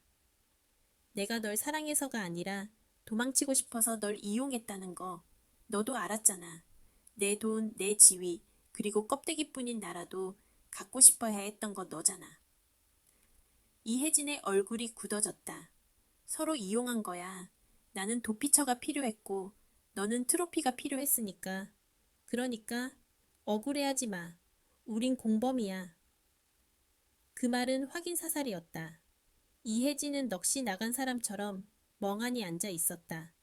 더 이상 울지도 않았다. 그녀의 영혼이 완전히 부서지는 소리가 들리는 것 같았다. 나는 더 이상 듣고 있을 수 없었다. 그만해, 박민호. 내가 끼어들었다. 당신 정말 최악이구나. 죽는 순간까지 남 탓, 상황 탓, 비겁함의 끝을 보여주는구나. 나는 민호에게 다가갔다. 그리고 그의 멱살을 잡고 있던 이혜진의 손을 떼어냈다. 그녀의 손은 차가웠다. 나는 그녀를 일으켜 세웠다. 적과의 동침? 아니, 이건 같은 피해자로서의 연대였다. 일어나, 이런 놈말들을 가치도 없어. 그리고 민호를 내려다보았다. 당신이 원하던 게 이거였어? 나 불러다가? 당신이 얼마나 나를 그리워했는지 고백하고 이 여자 짓밟는 거 보여주는 거? 그래서 내가 아이고 불쌍한 내 남편 하면서 안아주길 바랐어? 나는 차갑게 웃었다. 착각하지 마. 당신은 로맨티시스트가 아니야. 그냥 이기적인 환자일 뿐이지. 민호가 고개를 들었다. 그의 눈에서 눈물이 흘러내렸다. 알아, 지수야, 나 쓰레기인 거. 그래서 벌 받고 있잖아. 이렇게 내 머리가 썩어가고 있잖아. 그때였다. 민호의 표정이 다시 일그러졌다. 이번에는 아까보다 더 큰 고통이 닥친 듯했다. 그가 머리를 감싸쥐고 비명을 질렀다. 악, 오빠. 여보. 그의 몸이 활처럼 휘어졌다. 눈동자가 뒤집히고 입에서 거품이 다시 흘러나왔다. 극심한 두통이 뇌를 찢어발기는 것 같았다. 이혜진이 반사적으로 그를 잡으려 했다. 하지만 민호는 발작 속에서도 팔을 휘저어 그녀를 밀어냈다. 그리고 내 쪽으로 손을 뻗었다. 지수야, 살려줘. 너무 아파. 지수야. 그는 혜진이 아닌 나를 찾았다. 생의 마지막 끈을 잡듯 필사적으로. 이혜진은 밀려나 벽에 부딪혔다. 그녀는 멍하니 자신의 남편이 전처에게 매달리는 모습을 보고만 있었다. 나는 갈등했다. 이 손을 잡아야 하나, 뿌리치고 나가야 하나. 하지만 그의 고통은 연기가 아니었다. 인간으로서 외면할 수 없는 고통이었다. 나는 결국 그의 손을 잡았다. 그의 손톱이 내 살을 파고들었다. 진통제, 진통제 어디 있어? 내가 이혜진에게 소리쳤다. 이혜진은 움직이지 않았다. 그녀는 죽은 사람처럼 벽에 기대서 있었다. 없어요? 그녀가 중얼거렸다. 다 먹었어요. 더 이상 들을 약도 없어요. 그냥 저러다 기절해야 끝나요. 그녀의 목소리엔 감정이 없었다. 지칠 대로 지친, 아니 포기해버린 사람의 목소리. 민호의 비명소리가 방을 가득 채웠다. 나는 그를 끌어안았다. 그를 용서해서가 아니었다. 그저 그 소리를 멈추게 하고 싶어서였다. 그는 내 품에서 짐승처럼 울부짖다가 서서히 힘을 잃어갔다. 발작이 멈추고 혼수 상태로 빠져드는 전조였다. 그가 흐려지는 의식 속에서 내 귀에 속삭였다. 아주 작고 갈라지는 목소리였다. 지수야, 구두, 아기 구두. 그래, 여기 있어. 내가 가지고 있어. 그거 너 주려고 산 거 아니야. 무슨 소리인가? 아까는 다시 시작하자며 주지 않았던가. 그거 내가 신고 갈 거야. 우리 아기 만나러 갈 때 맨발로 가면 안 되잖아. 심장이 쿵 하고 멎는 것 같았다. 그는 다시 시작하려는 희망을 품은 게 아니었다. 그는 죽음을 준비하고 있었다. 저승에 가서 자신이 외면했던, 자신이 지키지 못했던 그 아이를 만나러 갈 준비, 그 아이에게 신겨줄 신발을 품고 있었던 것이다. 나 용서하지 마. 그냥 잊어버려. 그 말을 끝으로 그의 고개가 툭 떨어졌다. 무거운 침묵이 내려앉았다. 그의 숨소리가 거칠게 이어졌다. 나는 멍하니 그를 안고 있었다. 내 손에 들린 낡은 신발 상자가 청은망은처럼 무거웠다. 창밖에는 어느새 눈이 내리기 시작했다. 올해의 첫눈이었다. 어둠 속에서 하얗게 부서지는 눈발이 창문에 부딪혔다. 이 지옥 같은 밤과 어울리지 않는 너무나도 순백의 눈이었다. 월드 카운트 삼성. 민호의 호흡이 거친 쇳소리로 바뀌었다. 그는 깊은 혼수 상태에 빠져들었다. 마치 방금 전에 명료했던 순간이 신이 허락한 마지막 잡이었던 것처럼 그의 의식은 다시는 돌아오지 않을 깊은 심연으로 가라앉았다. 우리는 묵묵히 그를 침대로 옮겼다. 축 늘어진 남자의 몸은 납덩이처럼 무거웠다. 이혜진이 상체를 들고 내가 다리를 들었다. 아이러니했다. 한 남자를 두고 서로 죽일 듯이 미워했던 두 여자가 지금은 협력해서 그를 눕히고 있다니. 우리의 손이 스칠 때마다 서늘한 냉기가 흘렀지만 아무도 말을 하지 않았다. 침대에 눕혀진 민호는 작고 왜소해 보였다. 이불을 덮어주자 그는 금세 평온한 표정을 찾았다. 꿈속에서 그는 아마도 그 아이를 만나러 가는 길일까? 아니면 여전히 10년 전에 그 식탁에 앉아 나를 기다리고 있을까? 이혜진은 땀에 젖은 머리카락을 쓸어 넘기며 바닥에 주저앉았다. 그녀의 얼굴은 텅 비어 있었다. 눈물도 말라버린 건조한 얼굴. 그녀는 협탁 서랍을 열었다. 그리고 두꺼운 대학 노트 한 권을 꺼냈다. 표지가 너덜너덜해진 손때가 잔뜩 묻은 노트였다. 그녀는 그것을 내 발치에 툭 던졌다. 마치 더러운 물건을 버리듯. 읽어봐요. 그녀가 건조하게 말했다. 이게 뭔데? 간병일지. 아니, 내 수감 기록. 나는 바닥에 떨어진 노트를 집어들었다. 표지를 넘기자 빽빽한 글씨들이 눈에 들어왔다. 날짜와 시간 그리고 민호의 상태가 분단위로 기록되어 있었다. 2023년 4월 12일 오후 2시. 약 먹기를 거부함. 그 여자가 끓여준 콩나물국이 아니면 안 먹겠다고 그릇을 엎음. 콩나물국을 다시 끓여갔지만 맛이 다르다며 숟가락을 던짐. 하루 종일 지수씨 이름만 부름. 나는 투명인간 취급. 2023년 5월 5일 어린이날. 발작이 심해짐. 환각을 보는 듯함. 허공에 대고 아기 이름을 부르며 둥가둥가하는 신용을 함. 나를 보더니 지수야 우리 아기 봐봐. 너무 예쁘지? 라고 말하며 웃음. 화장실에 가서 입을 틀어막고 울었음. 지옥이 있다면 여기일까? 2023년 8월 20일 새벽 4시. 대소변을 가리지 못함. 기저귀를 갈아주는데 나를 보며 엄마라고 부름. 차라리 나를 욕했으면 좋겠다. 나를 사랑하지 않아도 좋으니 제발 나를 인지라도 해줬으면 좋겠다. 이 남자의 머릿속에 이혜진이라는 폴더는 삭제된 것 같다. 영구적으로. 페이지를 넘길 때마다 활자들이 살아서 내 가슴을 찔렀다. 그것은 단순한 투병 일지가 아니었다.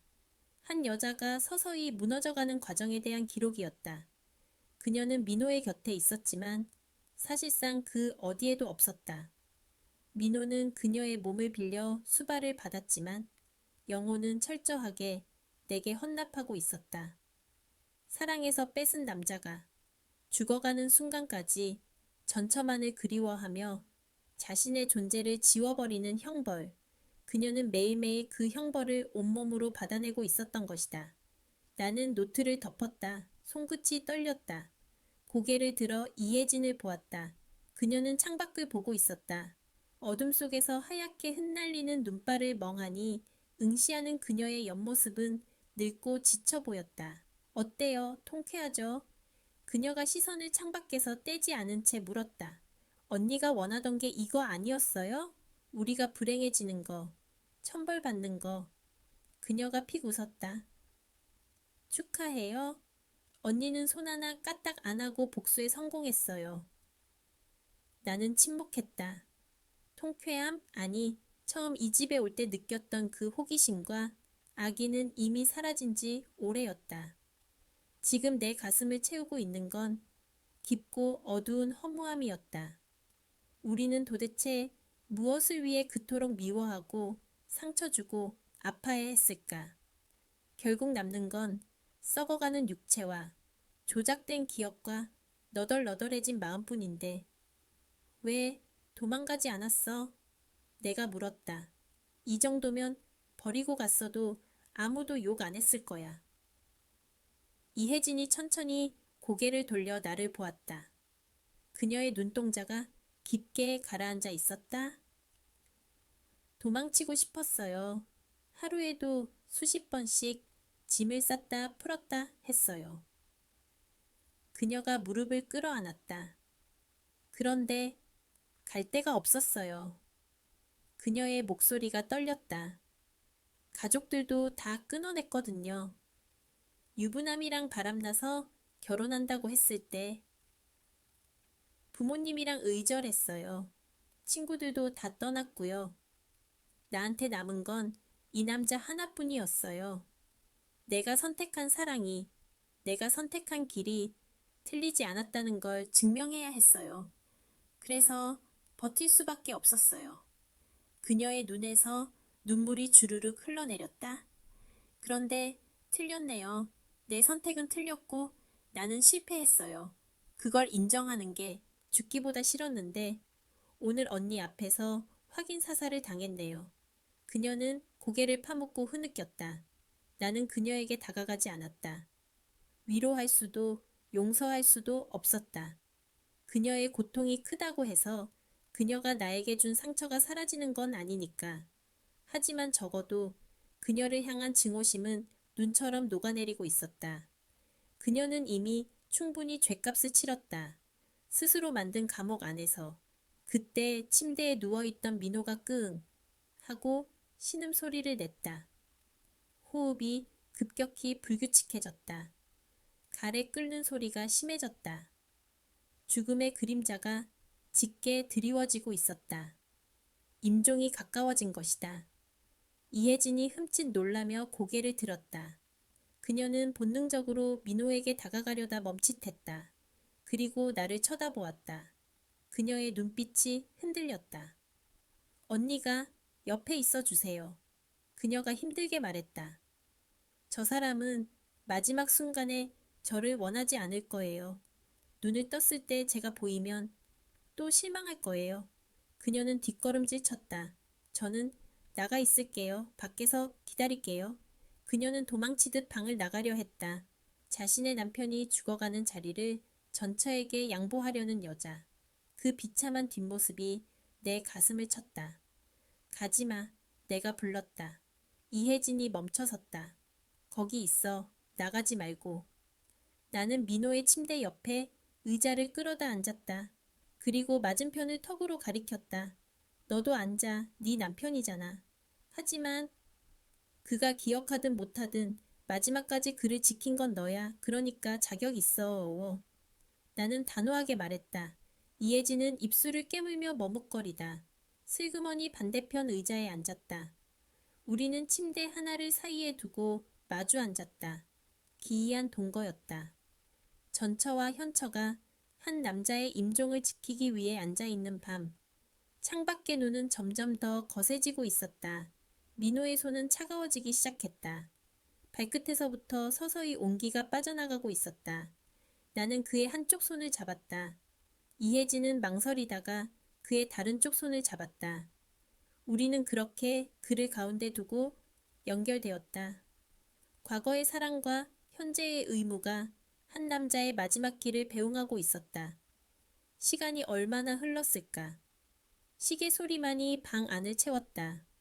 민호가 가끔 웅걸거리는 소리를 냈다. 알아들을 수 없는 말들이었다. 하지만 그 톤은 부드럽고 편안했다. 고통은 사라진 듯했다. 언니, 이혜진이 조그맣게 불렀다. 고마워요. 가지 않아줘서. 나는 대답하지 않았다. 그저 민호의 손등을 쓸어주었다.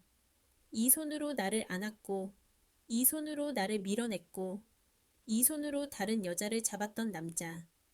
미움도 사랑도 이제는 다 부질없었다. 그저 한 인간의 생이 꺼져가는 모습만이 있을 뿐이었다. 준비해. 내가 나직하게 말했다. 이제 정말 갈 것 같아. 민호의 숨소리가 점점 얕아지고 있었다. 길었던 밤이 끝나가고 있었다.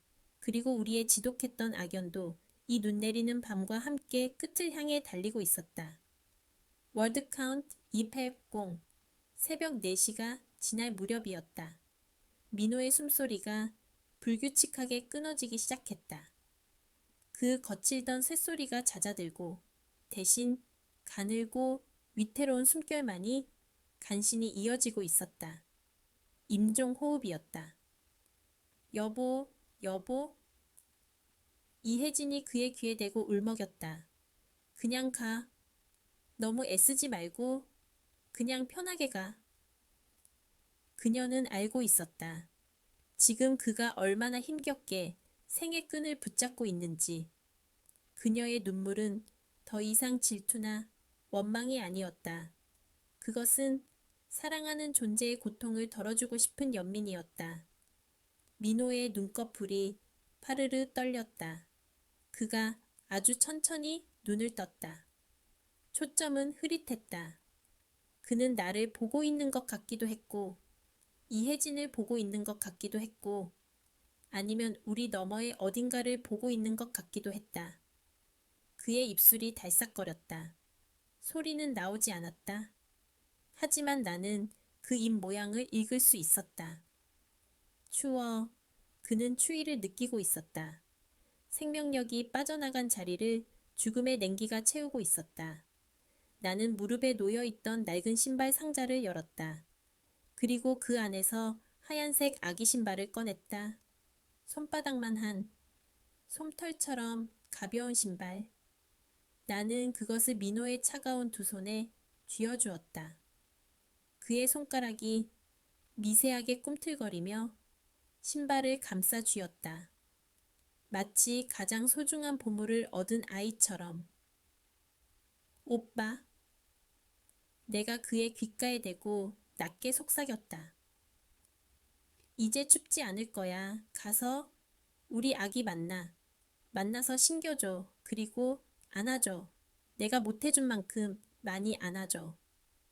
그 말을 하는 순간 내 목구멍에서 뜨거운 덩어리가 치밀어 올랐다. 그것은 5년 동안 굳어있던 용서의 말이었다.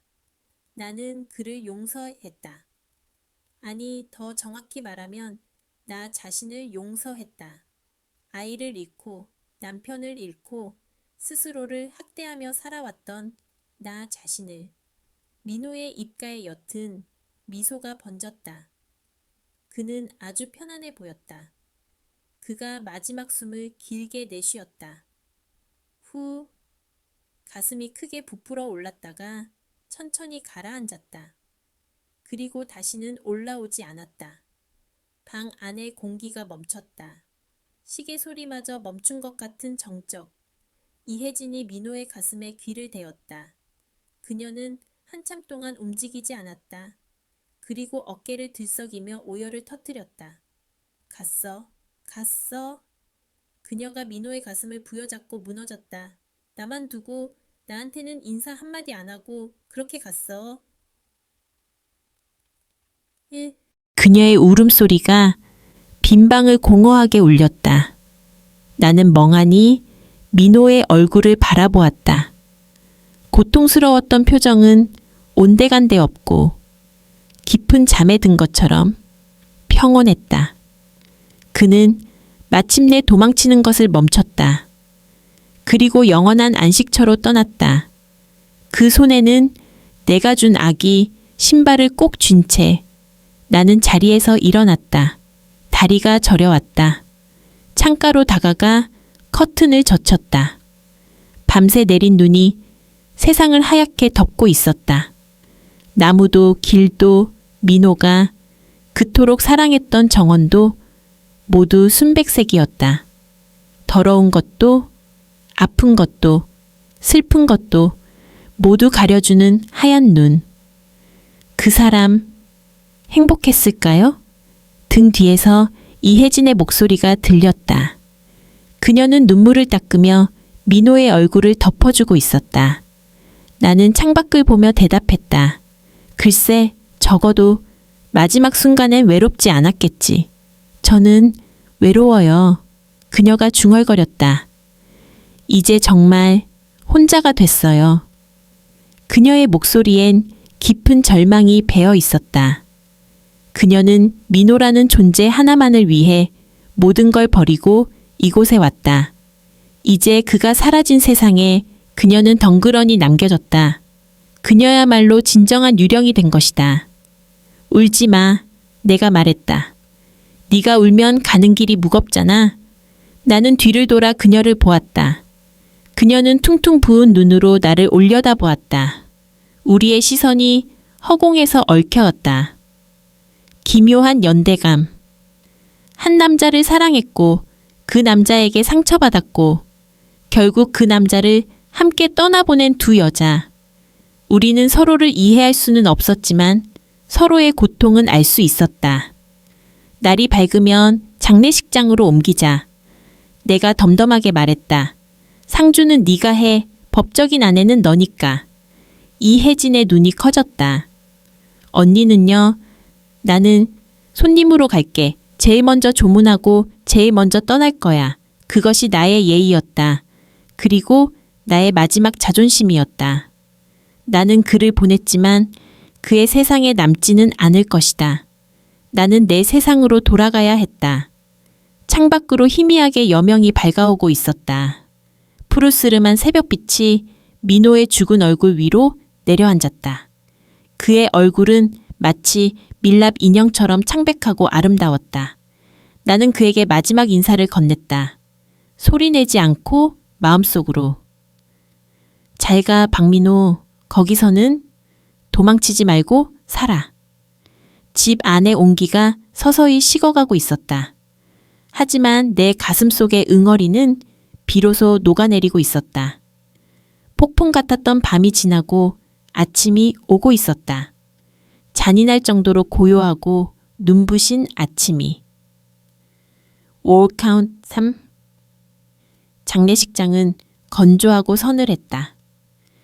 특유의 국화 향기와 향냄새, 그리고 육개장 끓이는 냄새가 뒤섞인 그 공기는 언제 맡아도 기분이 가라앉게 만들었다. 나는 검은 정장을 입고 로비에 서 있었다. 입구 전광판에 고인 박민호라는 이름, 세 글자가 붉게 떠 있었다. 그 옆 상줄안에는 배우자 이혜진이라는 이름 하나만 덩그러니 적혀 있었다. 자녀 없음, 부모 없음. 그 빈약한 정보가 그의 마지막을 더욱 초라하게 만들고 있었다. 심호흡을 했다. 사람들은 수군거릴 것이다. 이혼한 전처가 장례식장에 나타났다고.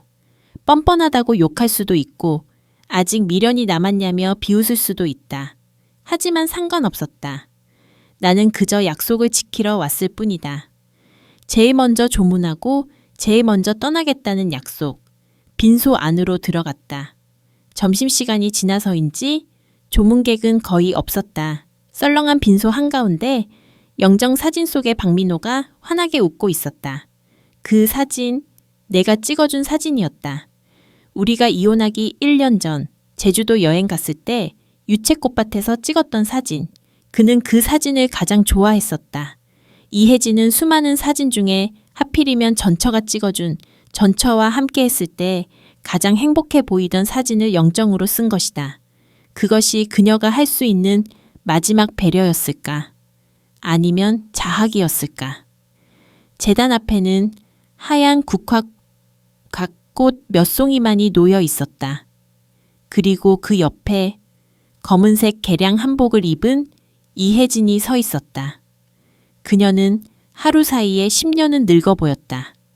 푸석한 얼굴, 초점 없는 눈동자, 앙상하게 마른 손목. 그녀는 기계처럼 고개를 숙이고 있었다. 그녀의 곁을 지키는 사람은 아무도 없었다. 친정 식구들도, 친구들도 그녀를 외면했다. 그녀는 철저하게 혼자였다. 박민호라는 남자가 남긴 빛과 고독과 비난을 온몸으로 받아내고 있는 허수아비처럼. 나는 재단 앞으로 걸어갔다. 이혜진이 나를 보고 흠칫 놀랐다. 그녀의 눈동자가 심하게 흔들렸다. 정말 올 줄 몰랐다는 눈치였다. 나는 그녀에게 눈길을 주지 않고 국화 한 송기를 집어 영정 앞에 놓았다. 향을 피웠다. 향 연기가 피어오르며 민호의 얼굴을 흐릿하게 가렸다. 잘 가. 마음속으로 말했다. 이제 아프지 말고 거기선 철들어서 살아. 나는 절을 2번 했다. 바닥에 이마를 대는 순간 차가운 냉기가 전해져 왔다. 마지막 인사는 짧고 담백했다. 몸을 일으켜 상주 쪽을 향해 섰다. 이혜진과 마주 섰다. 그녀는 나를 똑바로 쳐다보지 못하고 고개를 푹 숙였다. 맞절을 했다. 와주셔서 감사합니다. 그녀의 목소리는 갈라져서 거의 들리지 않았다. 나는 대답 대신 가만히 그녀를 바라보았다. 그때 빈소 입구 쪽이 시끄러워졌다. 낯익은 얼굴들이 우르르 들어왔다. 민호의 대학 동창들과 옛 직장 동료들이었다. 그들은 나를 보고 멈칫했다. 놀란 기색이 역력했다. 지수씨? 형수님, 아니, 지수씨가 여기 웬일이세요? 그들은 당황하며 웅성거렸다. 그들 중에는 내 친구이기도 했던 사람들도 있었다. 그들은 나를 보더니 곧바로 이혜진 쪽으로 시선을 돌렸다. 그 시선에는 노골적인 경멸과 비웃음이 담겨 있었다. 마치 저 여자가 남편 잡아먹었네 라고 말하는 듯한 눈빛들. 그중 한 명, 민호와 제일 친했던 김 선배가 내게 다가왔다. 지수씨 고생 많았지? 소식 듣고 얼마나 놀랐는지 몰라. 민호 이 자식 벌 받은 거야. 조강지쳐 버리고 가더니 꼴 좋다. 그는 내 편을 든답시고 큰 소리로 떠들었다. 일부러 이혜진이 들으라고 하는 소리였다. 저 여자 봐라. 남편 죽었는데 눈물 한 방울 안 흘리네? 독하다 독해. 역시 남의 가정 파탄낸 년은 피도 눈물도 없다니까. 뒤이어 다른 동료들도 거들었다. 민호가 아프다는 얘기도 안 했잖아. 저 여자가 못 만나게 한 거 아니야? 재산 노리고 꼬셨다가 병원비만 날리니까 억울한가 보지. 수군거림은 점점 커져 비난의 화살이 되어 이혜진에게 꽂혔다. 이혜진은 입술을 피가 나도록 깨물며 바들바들 떨고 있었다. 그녀는 반박하지 않았다. 그저 죄인처럼 고개를 더 깊이 숙일 뿐이었다. 그녀가 입고 있는 상복이 너무 커서 마치 어린아이가 어른 옷을 입고 벌을 서는 것 같았다. 나는 주먹을 꽉 쥐었다. 김 선배가 내 어깨를 토닥이며 말했다. 지수씨, 밥은 먹었어? 우리가 자리 마련할 테니까 같이 먹자. 저런 여자랑 말 섞지 말고. 그는 나를 접객실로 이끌려 했다. 순간 참을 수 없는 분노가 치밀었다. 이것은 정의가 아니다. 그들이 아무리 내 편을 든다 해도 그들은 아무것도 모른다. 지난 2년 동안 민호의 똥오줌을 받아내고 미쳐 날뛰는 그를 끌어안고 지옥을 견딘 사람이 누구인지, 그녀가 치러낸 처절한 속죄의 시간을 그들은 모른다.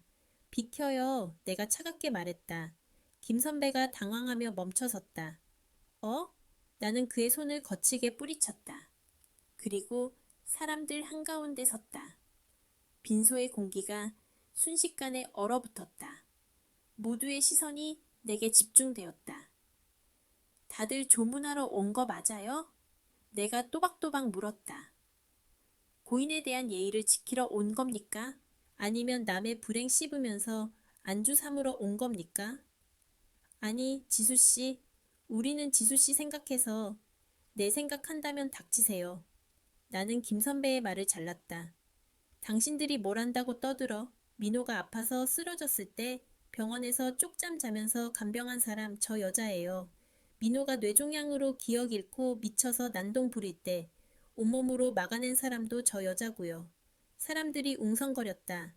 이혜진이 놀란 눈으로 고개를 들어 나를 보았다. 그녀의 눈에 물기가 차오르기 시작했다. 나는 계속해서 말했다. 민호가 나 찾으면서 저 사람한테 욕하고 물건 던질 때도 저 사람은 묵묵히 다 받아냈어요. 왜냐고요? 그게 자기 죗값이라고 생각했으니까. 당신들이 입으로만 정의로운 척할 때 저 사람은 행동으로 책임졌다고요. 내 목소리가 빈소에 쩌렁쩌렁 울렸다. 바람 피운 거 나쁜 짓이죠. 용서받지 못할 짓 맞아요. 하지만 적어도 오늘만큼은 남편 잃은 상주로서 예우받을 자격 있어요. 그러니까 내 핑계 대면서 저 사람 모욕하지 마세요. 그거 나 위하는 거 아닙니다. 나 더 비참하게 만드는 거예요. 아무도 대꾸하지 못했다. 김 선배는 얼굴이 벌개져서 헛기침만 했다. 분위기가 싸늘해졌다. 나는 그들을 노려보다가 뒤로 돌았다. 그리고 이혜진에게 다가갔다.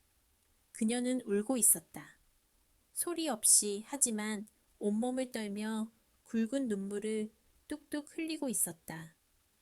자신을 가장 증오해야 할 여자가 자신을 변호해 주었다는 사실에 무너져 내린 것이다. 울지 마. 내가 작게 말했다. 상주가 약해 보이면 손님들이 얕잡아봐. 똑바로 서. 이혜진이 입술을 깨물며 고개를 끄덕였다. 그녀는 옷매무새를 다듬고 허리를 꼿꼿이 폈다. 비로소 그녀는 죄인이 아니라 상주로서의 모습을 갖추었다. 나는 접객실 구석진 자리에 가서 앉았다. 육개장 한 그릇과 소주 한 병을 시켰다. 국물은 맵고 뜨거웠다. 속이 풀리는 것 같기도 하고 뒤집어지는 것 같기도 했다. 술잔을 채웠다. 혼자 마시려는데 누군가 내 앞자리에 앉았다. 이혜진이었다. 그녀는 빈잔을 내밀었다. 한 잔 주실래요? 나는 말없이 그녀의 잔에 술을 따랐다. 그녀는 두 손으로 잔을 공손히 받았다. 그리고 단숨에 털어 넣었다. 쓴 소주가 식도를 타고 내려가는 소리가 들리는 듯했다. 고마워요. 그녀가 빈잔을 내려놓으며 말했다. 정말 고마워요, 언니. 착각하지 마. 나는 깍두기를 씹으며 무심하게 대답했다. 매우 예뻐서 그런 거 아니니까. 그냥 민호 가는 길 시끄러운 게 싫어서 그런 거야. 알아요. 그래도 평생 잊지 않을게요. 그녀가 품 안에서 무언가를 꺼냈다. 작은 열쇠였다. 이거 민호 씨가 쓰던 개인 금고 열쇠예요. 병원에서 정신 돌아올 때마다 이거 꼭 언니한테 전해달라고 했어요. 그녀가 열쇠를 내 쪽으로 밀었다. 저는 열어볼 자격 없어요. 그 사람의 진짜 유언은 저 노트가 아니라 그 금고 안에 있을 거예요. 나는 열쇠를 바라보았다. 녹이 세운 낡은 열쇠. 이것이 그가 남긴 마지막 수수께끼였다. 제가 알기론 은행 대여 금고예요. 내일 발인 끝나고 가보세요. 이혜진은 자리에서 일어났다. 손님들이 와서 가봐야 해요. 식사 맛있게 하세요. 그녀는 꾸벅 인사를 하고 다시 빈소로 돌아갔다. 나는 그녀의 뒷모습을 보았다. 처음 봤을 때보다 조금은 더 단단해진 등이었다. 그녀는 이제 혼자서 세상을 마주해야 한다. 하지만 적어도 오늘 나는 그녀에게 작은 방패 하나를 쥐어주었다. 그것으로 충분했다. 나는 소주 한 잔을 더 들이켰다. 밖에는 여전히 눈이 내리고 있을까? 아니면 그쳤을까? 내일은 민호가 남긴 마지막 진실을 확인해야 한다. 어쩌면 그것이 내 인생의 이막을 여는 열쇠가 될지도 모른다. 워드 카운트 이태오. 발인 파인은 쓸쓸했다. 화장터의 불길은 뜨거웠고 한 줌의 재로 변한 박민호는 작고 가벼웠다. 나는 이혜진이 유골함을 안고 오열하는 모습을 먼발치에서 지켜보았다. 그녀는 끝까지 상주로서의 의무를 다했다. 나는 그녀에게 다가가지 않았다. 이제 그녀에게 필요한 것은 위로가 아니라 혼자만의 애도 시간일 테니까. 장례 절차가 모두 끝난 오후 나는 은행으로 향했다. 도심의 은행 VIP 대여금고실은 무덤처럼 조용했다. 직원의 안내를 받아 차가운 철제 테이블 앞에 앉았다.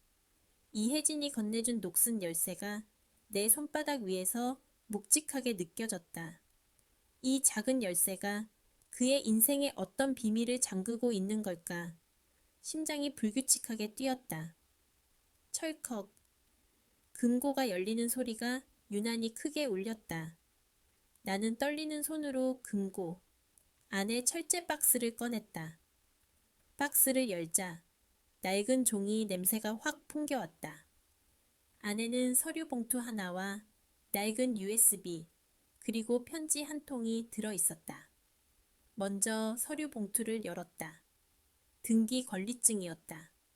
경기도 파주의 그 전원주택 그리고 생명보험 증서와 은행 예금 통장들, 놀랍게도 그 모든 서류의 명의자와 수령인은 이혜진이 아니라 한지수로 되어 있었다. 심지어 날짜를 보니 그가 이혜진과 재혼한 직후부터 꾸준히 내 이름으로 변경해 둔 것이었다. 이게 다 뭐야? 나는 믿을 수가 없어서 서류를 넘겨보았다. 그는 자신의 전 재산을 자신이 벌인 전처에게 남겼다. 현처인 이혜진에게는 법적으로 보장된 최소한의 유류분조차 남기지 않은 것 같았다. 너무나 잔인하고 동시에 너무나 바보 같은 처사였다. 이혜진은 이걸 알면서도 나에게 열쇠를 준 것인가? 아니면 그 안에 무엇이 들어있는지 몰랐던 것인가? 나는 혼란스러운 마음을 진정시키며 편지 봉투를 집어들었다. 겉봉에는 익숙한 글씨체로 사랑하는 아내 지수에게 라고 적혀 있었다. 전처가 아니라 아내라고 적힌 글씨. 나는 조심스럽게 봉투를 뜯었다.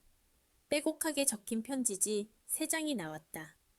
글씨체는 초반에는 반듯했지만 뒤로 갈수록 지렁이처럼 흐트러져 있었다. 병세가 악화되면서 쓴 그림이 분명했다.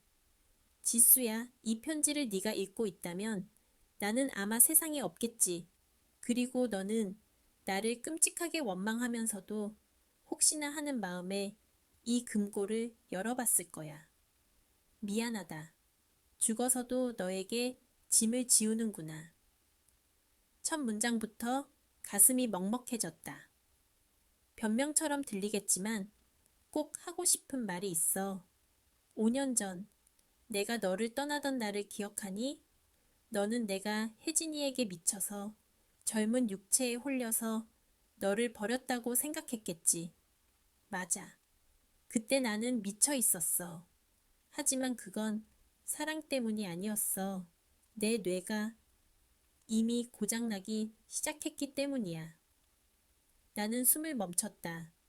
뇌가 고장났다니? 그게 무슨 소리인가?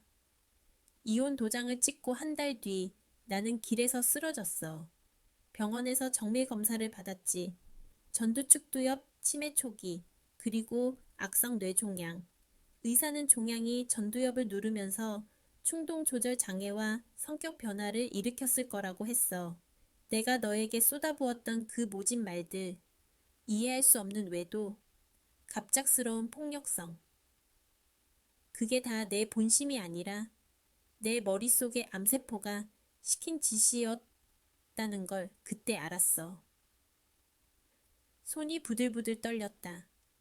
눈앞이 흐려져서 글씨가 잘 보이지 않았다. 그는 알고 있었던 것이다. 자신의 배신이 병 때문이었다는 것을. 처음엔 억울해서 미칠 것 같았어. 당장 너에게 달려가서 말하고 싶었어. 지수야, 내가 나쁜 놈이 아니라 내가 아파서 그런 거야. 나 좀 살려줘. 하지만 병원 거울 속에 비친 내 모습을 보고 마음을 바꿨어. 나는 시한폭탄이었어. 언제 기억을 잃을지 모르고 언제 너를 공격할지 모르는 괴물. 우리 아이를 잃고 겨우겨우 버티고 있는 너에게 똥오줌 받아내야 하는 병신 남편까지 떠안길 수는 없었어. 너는 착하니까 내가 아프다고 하면 절대 나를 버리지 못할 테니까. 내 곁에서 말라 죽어갈 테니까. 눈물이 편지지 위로 툭, 툭 떨어졌다. 그는 비겁해서 도망친 게 아니었다. 그는 나를 지키기 위해 스스로 나쁜 놈이 되는 길을 선택한 것이었다. 자신의 병을 핑계로 용서를 구하는 대신 철저하게 쓰레기로 남아서 내가 그를 미련 없이 잊게 만들려 했던 것이다. 그래서 나는 혜진이를 선택했어. 혜진이에게는 솔직하게 말했어. 나는 곧 죽을 거고 내 곁에 있으면 돈은 주겠다고. 그녀는 돈이 필요했고 나는 간병인이 필요했지. 우리는 사랑해서 결합한 게 아니라 각자의 필요에 의해 계약한 공범이었어. 혜진이에게는 미안해. 돈으로 사람의 인생을 샀으니까. 하지만 지수야, 내 영혼이 썩어 문드러지는 순간에도 내 마음속의 아내는 너 하나뿐이었어. 나는 입을 틀어막고 오열했다. 은행의 차가운 공기가 내 울음소리를 삼켰다. 지난 5년 동안 내가 품었던 증오, 분노, 배신감, 그 모든 것이 와르르 무너져 내렸다. 그는 나를 버린 게 아니라 나를 살린 것이었다. 자신을 희생제물로 바쳐서 나의 미래를 지켜준 것이었다. 그것도 모르고 나는 그를 저주하고 그가 불행해지기를 빌었다. 이 통장과 집 문서는 내 죗값이야. 원래 우리가 꿈꾸던 집을 짓고 싶었어. 비록 나는 거기서 너와 살 수 없었지만 내 영혼이라도 그곳에 머물고 싶어서 네가 말했던 것과 똑같이 지었어. 혜진이에게는 미안하지만 이미 그녀에게는 약속한 보수를 다 지급했어. 그러니 죄책감 갖지 말고 다 가져. 이걸로 네가 하고 싶었던 출판사 더 키우고 좋은 사람 만나서 나 같은 놈은 잊고 행복하게 살아. 편지의 마지막 부분은 거의 알아볼 수 없을 정도로 글씨가 뭉개져 있었다. 지수야, 딱 한 번만. 정신이 온전할 때 너와 따뜻한 밥 한 끼 먹고 싶었어. 바지락 술찜에 소주 한잔 하면서 오늘 하루도 수고했어 라고 말해주고 싶었어. 그 소박한 행복이 왜 그렇게 어려웠을까? 사랑한다. 영원히 사랑한다. 못난 남편 민호가. 나는 편지를 가슴에 품고 책상에 엎드려 통곡했다. 소리내어 울어도 시원하지 않았다. 가슴이 찢겨나가는 것 같았다. 이 바보 같은 사람아. 차라리 말하지. 아프다고 말하지. 그랬으면 적어도 마지막 가는 길에 손이라도 따뜻하게 잡아줬을 텐데. 그랬으면 당신이 그렇게 외롭게 타인들 속에서 고독하게 죽어가진 않았을 텐데. 우리는 너무 많은 시간을 돌아왔다. 서로를 위한다는 핑계로 서로에게 가장 깊은 상처를 남겼다. 하지만 이제는 안다. 그의 사랑은 비겁한 도피가 아니라 처절한 자기 희생이었다는 것을. 한참을 울고 난 뒤 나는 퉁퉁 부은 눈으로 USB를 컴퓨터에 꽂았다. 폴더 하나가 있었다. 폴더명은 지수의 소설. 클릭하자 수십 개의 한글 파일이 떴다. 내가 대학 시절 습작 노트에 끄적였던, 나조차 잊고 있었던 미완성 소설들이었다. 그는 내가 버린 노트들을 몰래 주워다가 한 글자 한 글자 타이핑해서 파일로 만들어 두었던 것이다. 그리고 파일마다 메모가 달려 있었다. 이 문장은 표현이 너무 좋다. 이 주인공은 지수를 닮아서 강하고 멋지다. 언젠가 이 소설이 책으로 나오면 내가 제일 먼저 사서 사인받아야지. 화면 속의 글자들이 춤을 추듯 흔들렸다. 그는 나의 가장 열렬한 독자였고 나의 꿈을 가장 믿어준 지지자였다. 그는 뇌가 망가져가는 와중에도 내 꿈을 완성해주기 위해 이토록 애를 썼던 것이다. 나는 모니터를 어루만졌다. 마치 그의 얼굴을 만지는 것 같았다. 바보, 진짜 바보? 이제야 모든 퍼즐이 맞춰졌다. 그가 왜 그토록 그 집을 나와 똑같은 취향으로 꾸몄는지, 왜 서재를 내 책들로 채웠는지, 왜 죽기 직전에 나를 초대했는지, 그는 죽음을 앞두고 자신의 모든 흔적을 정리해서 주인인 내게 돌려주려 했던 것이다. 나는 짐을 챙겨 은행을 나섰다. 거리는 여느 때와 다름없이 분주했다. 사람들은 바쁘게 걷고 차들은 경적을 울렸다. 세상은 박민호라는 사람이 있었는지조차 모르는 듯 무심하게 돌아가고 있었다. 하지만 내 세상은 완전히 바뀌었다. 어제까지의 세상은 회색빛 분노의 도시였지만 오늘의 세상은 슬프지만 투명한 빛으로 가득 차 있었다. 나는 하늘을 올려다보았다. 겨울 햇살이 눈부시게 쏟아지고 있었다.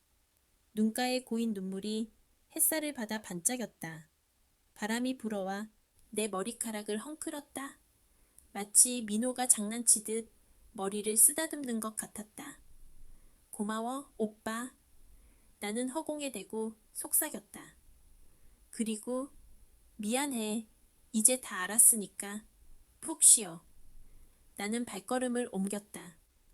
어디로 가야 할지 분명해졌다. 파주의 그 집, 그가 나를 위해 지어놓은 그 성으로 가서 그가 남긴 숙제들을 마무리해야 했다. 그리고 이혜진을 만나야 했다. 그녀에게도 전해줘야 할 진실이 있었다. 그녀 역시 돈 때문만은 아니었을 테니까 민호가 몰랐던 혹은 모른 척했던 그녀의 진심에 대해서도 예의를 갖춰야 했다. 월드 카운트 27로 파주의 집으로 돌아왔을 때는 해가 뉘엿뉘엿 지고 있었다. 불과 이틀 전 복수심에 불타 이 길을 달렸던 밤과는 공기가 달랐다. 지붕 위에 쌓였던 눈은 햇살에 녹아 처마 밑으로 뚝뚝 떨어지고 있었다. 겨울이 울면서 물러가는 소리 같았다. 현관문을 열고 들어갔다. 집 안은 텅 비어 있었다. 그날 밤의 소란스러움도 음식 냄새도 민호의 거친 숨소리도 모두 사라지고 없었다. 정막만이 감도는 것일 한가운데 이혜진이 서 있었다. 그녀는 작은 캐리어 하나를 옆에 두고 있었다. 그녀가 가진 짐은 그게 전부였다. 5년의 결혼 생활이 고작 저 가방 하나로 정리된다는 것이 허무했다. 나를 본 그녀가 화들짝 놀라며 고개를 숙였다. 오셨어요. 저는 이제 막 나가려던 참이었어요. 그녀는 서둘러 외투를 챙겨 입었다. 도망치듯 쫓겨나듯 자신의 흔적을 지우려 애쓰는 모습이었다. 그녀는 식탁 위에 놓인 차키와 카드 지갑을 가리켰다. 저건 다 두고 가요. 차도 생활비 카드도 제 건 하나도 없으니까요. 그녀가 씁쓸하게 웃었다. 비밀번호는 메모지에 적어뒀어요. 그리고 냉장고에 반찬 남은 거 있는데 버리셔도 돼요. 그녀는 캐리어 손잡이를 잡았다. 그럼 안녕히 계세요. 건강하세요, 언니. 그녀가 현관 쪽으로 발걸음을 옮겼다. 나는 그녀의 뒷모습을 보며 주머니 속에 있던 통장을 만지작거렸다. 민호가 남긴 유산, 그는 혜진에게 이미 보수를 지급했다고 했지만 그것은 간병인으로서의 보수였을 뿐 아내로서의 몫은 아니었다. 그리고 나는 안다. 그녀가 지난 2년 동안 겪은 지옥은 돈으로 환산할 수 없는 것이라는 걸. 잠깐만. 내가 그녀를 불러세웠다. 이혜진이 멈칫하며 돌아보았다. 네? 나는 그녀에게 다가갔다. 그리고 주머니에서 봉투 하나를 꺼내 내밀었다. 은행에서 나오기 전 내 개인 통장에서 인출한 돈이었다. 민호가 남긴 돈이 아니라 내가 번 돈. 이혜진이 의아한 눈으로 봉투와 나를 번갈아 보았다. 이게 뭐예요? 퇴직금이야. 내가 담담하게 말했다. 네?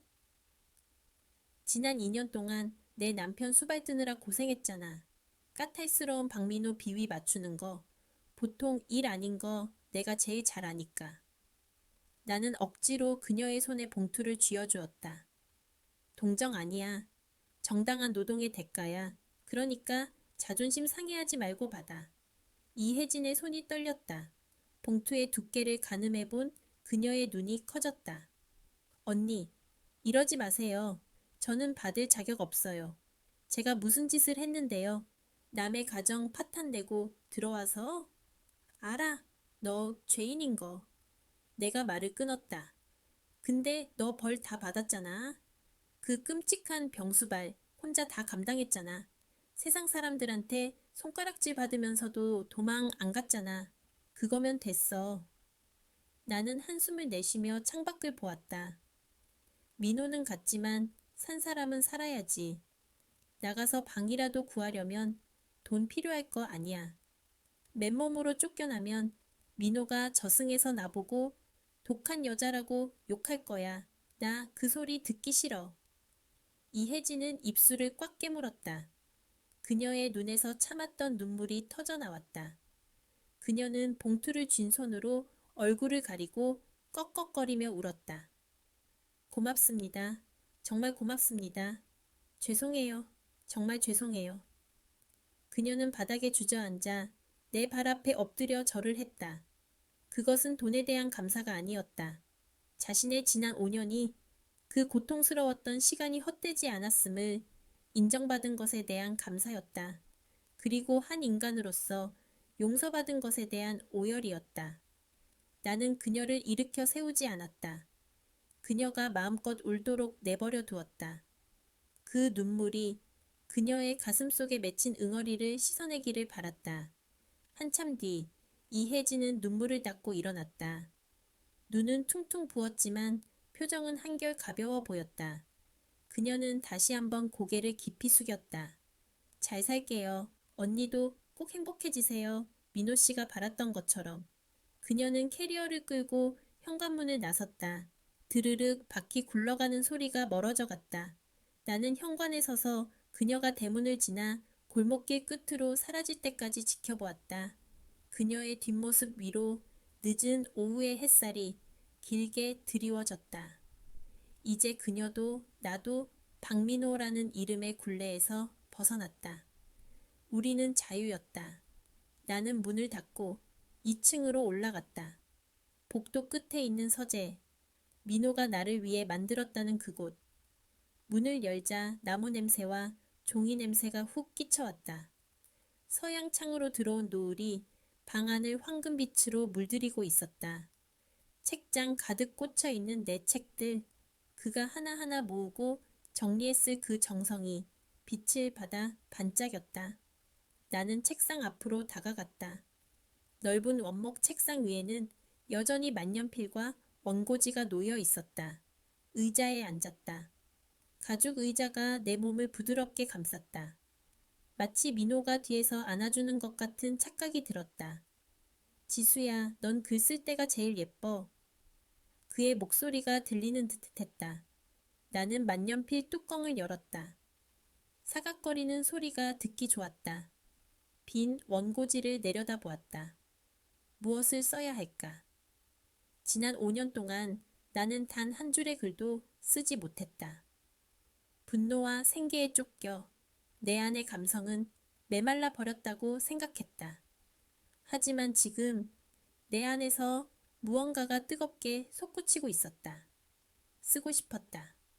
이 기막힌 이야기를, 사랑과 배신, 그리고 용서와 죽음에 대한 이야기를, 우리가 겪었던 이 유령들의 저녁 식사에 대해 기록하고 싶었다. 펜그티 종이에 닿았다. 검은 잉크가 번져나갔다. 제목, 늦은 안녕. 아니다, 너무 진부하다. 나는 두 줄을 긋고 다시 썼다. 제목, 그 남자의 기억법. 이것도 아니다. 나는 잠시 눈을 감고 생각에 잠겼다.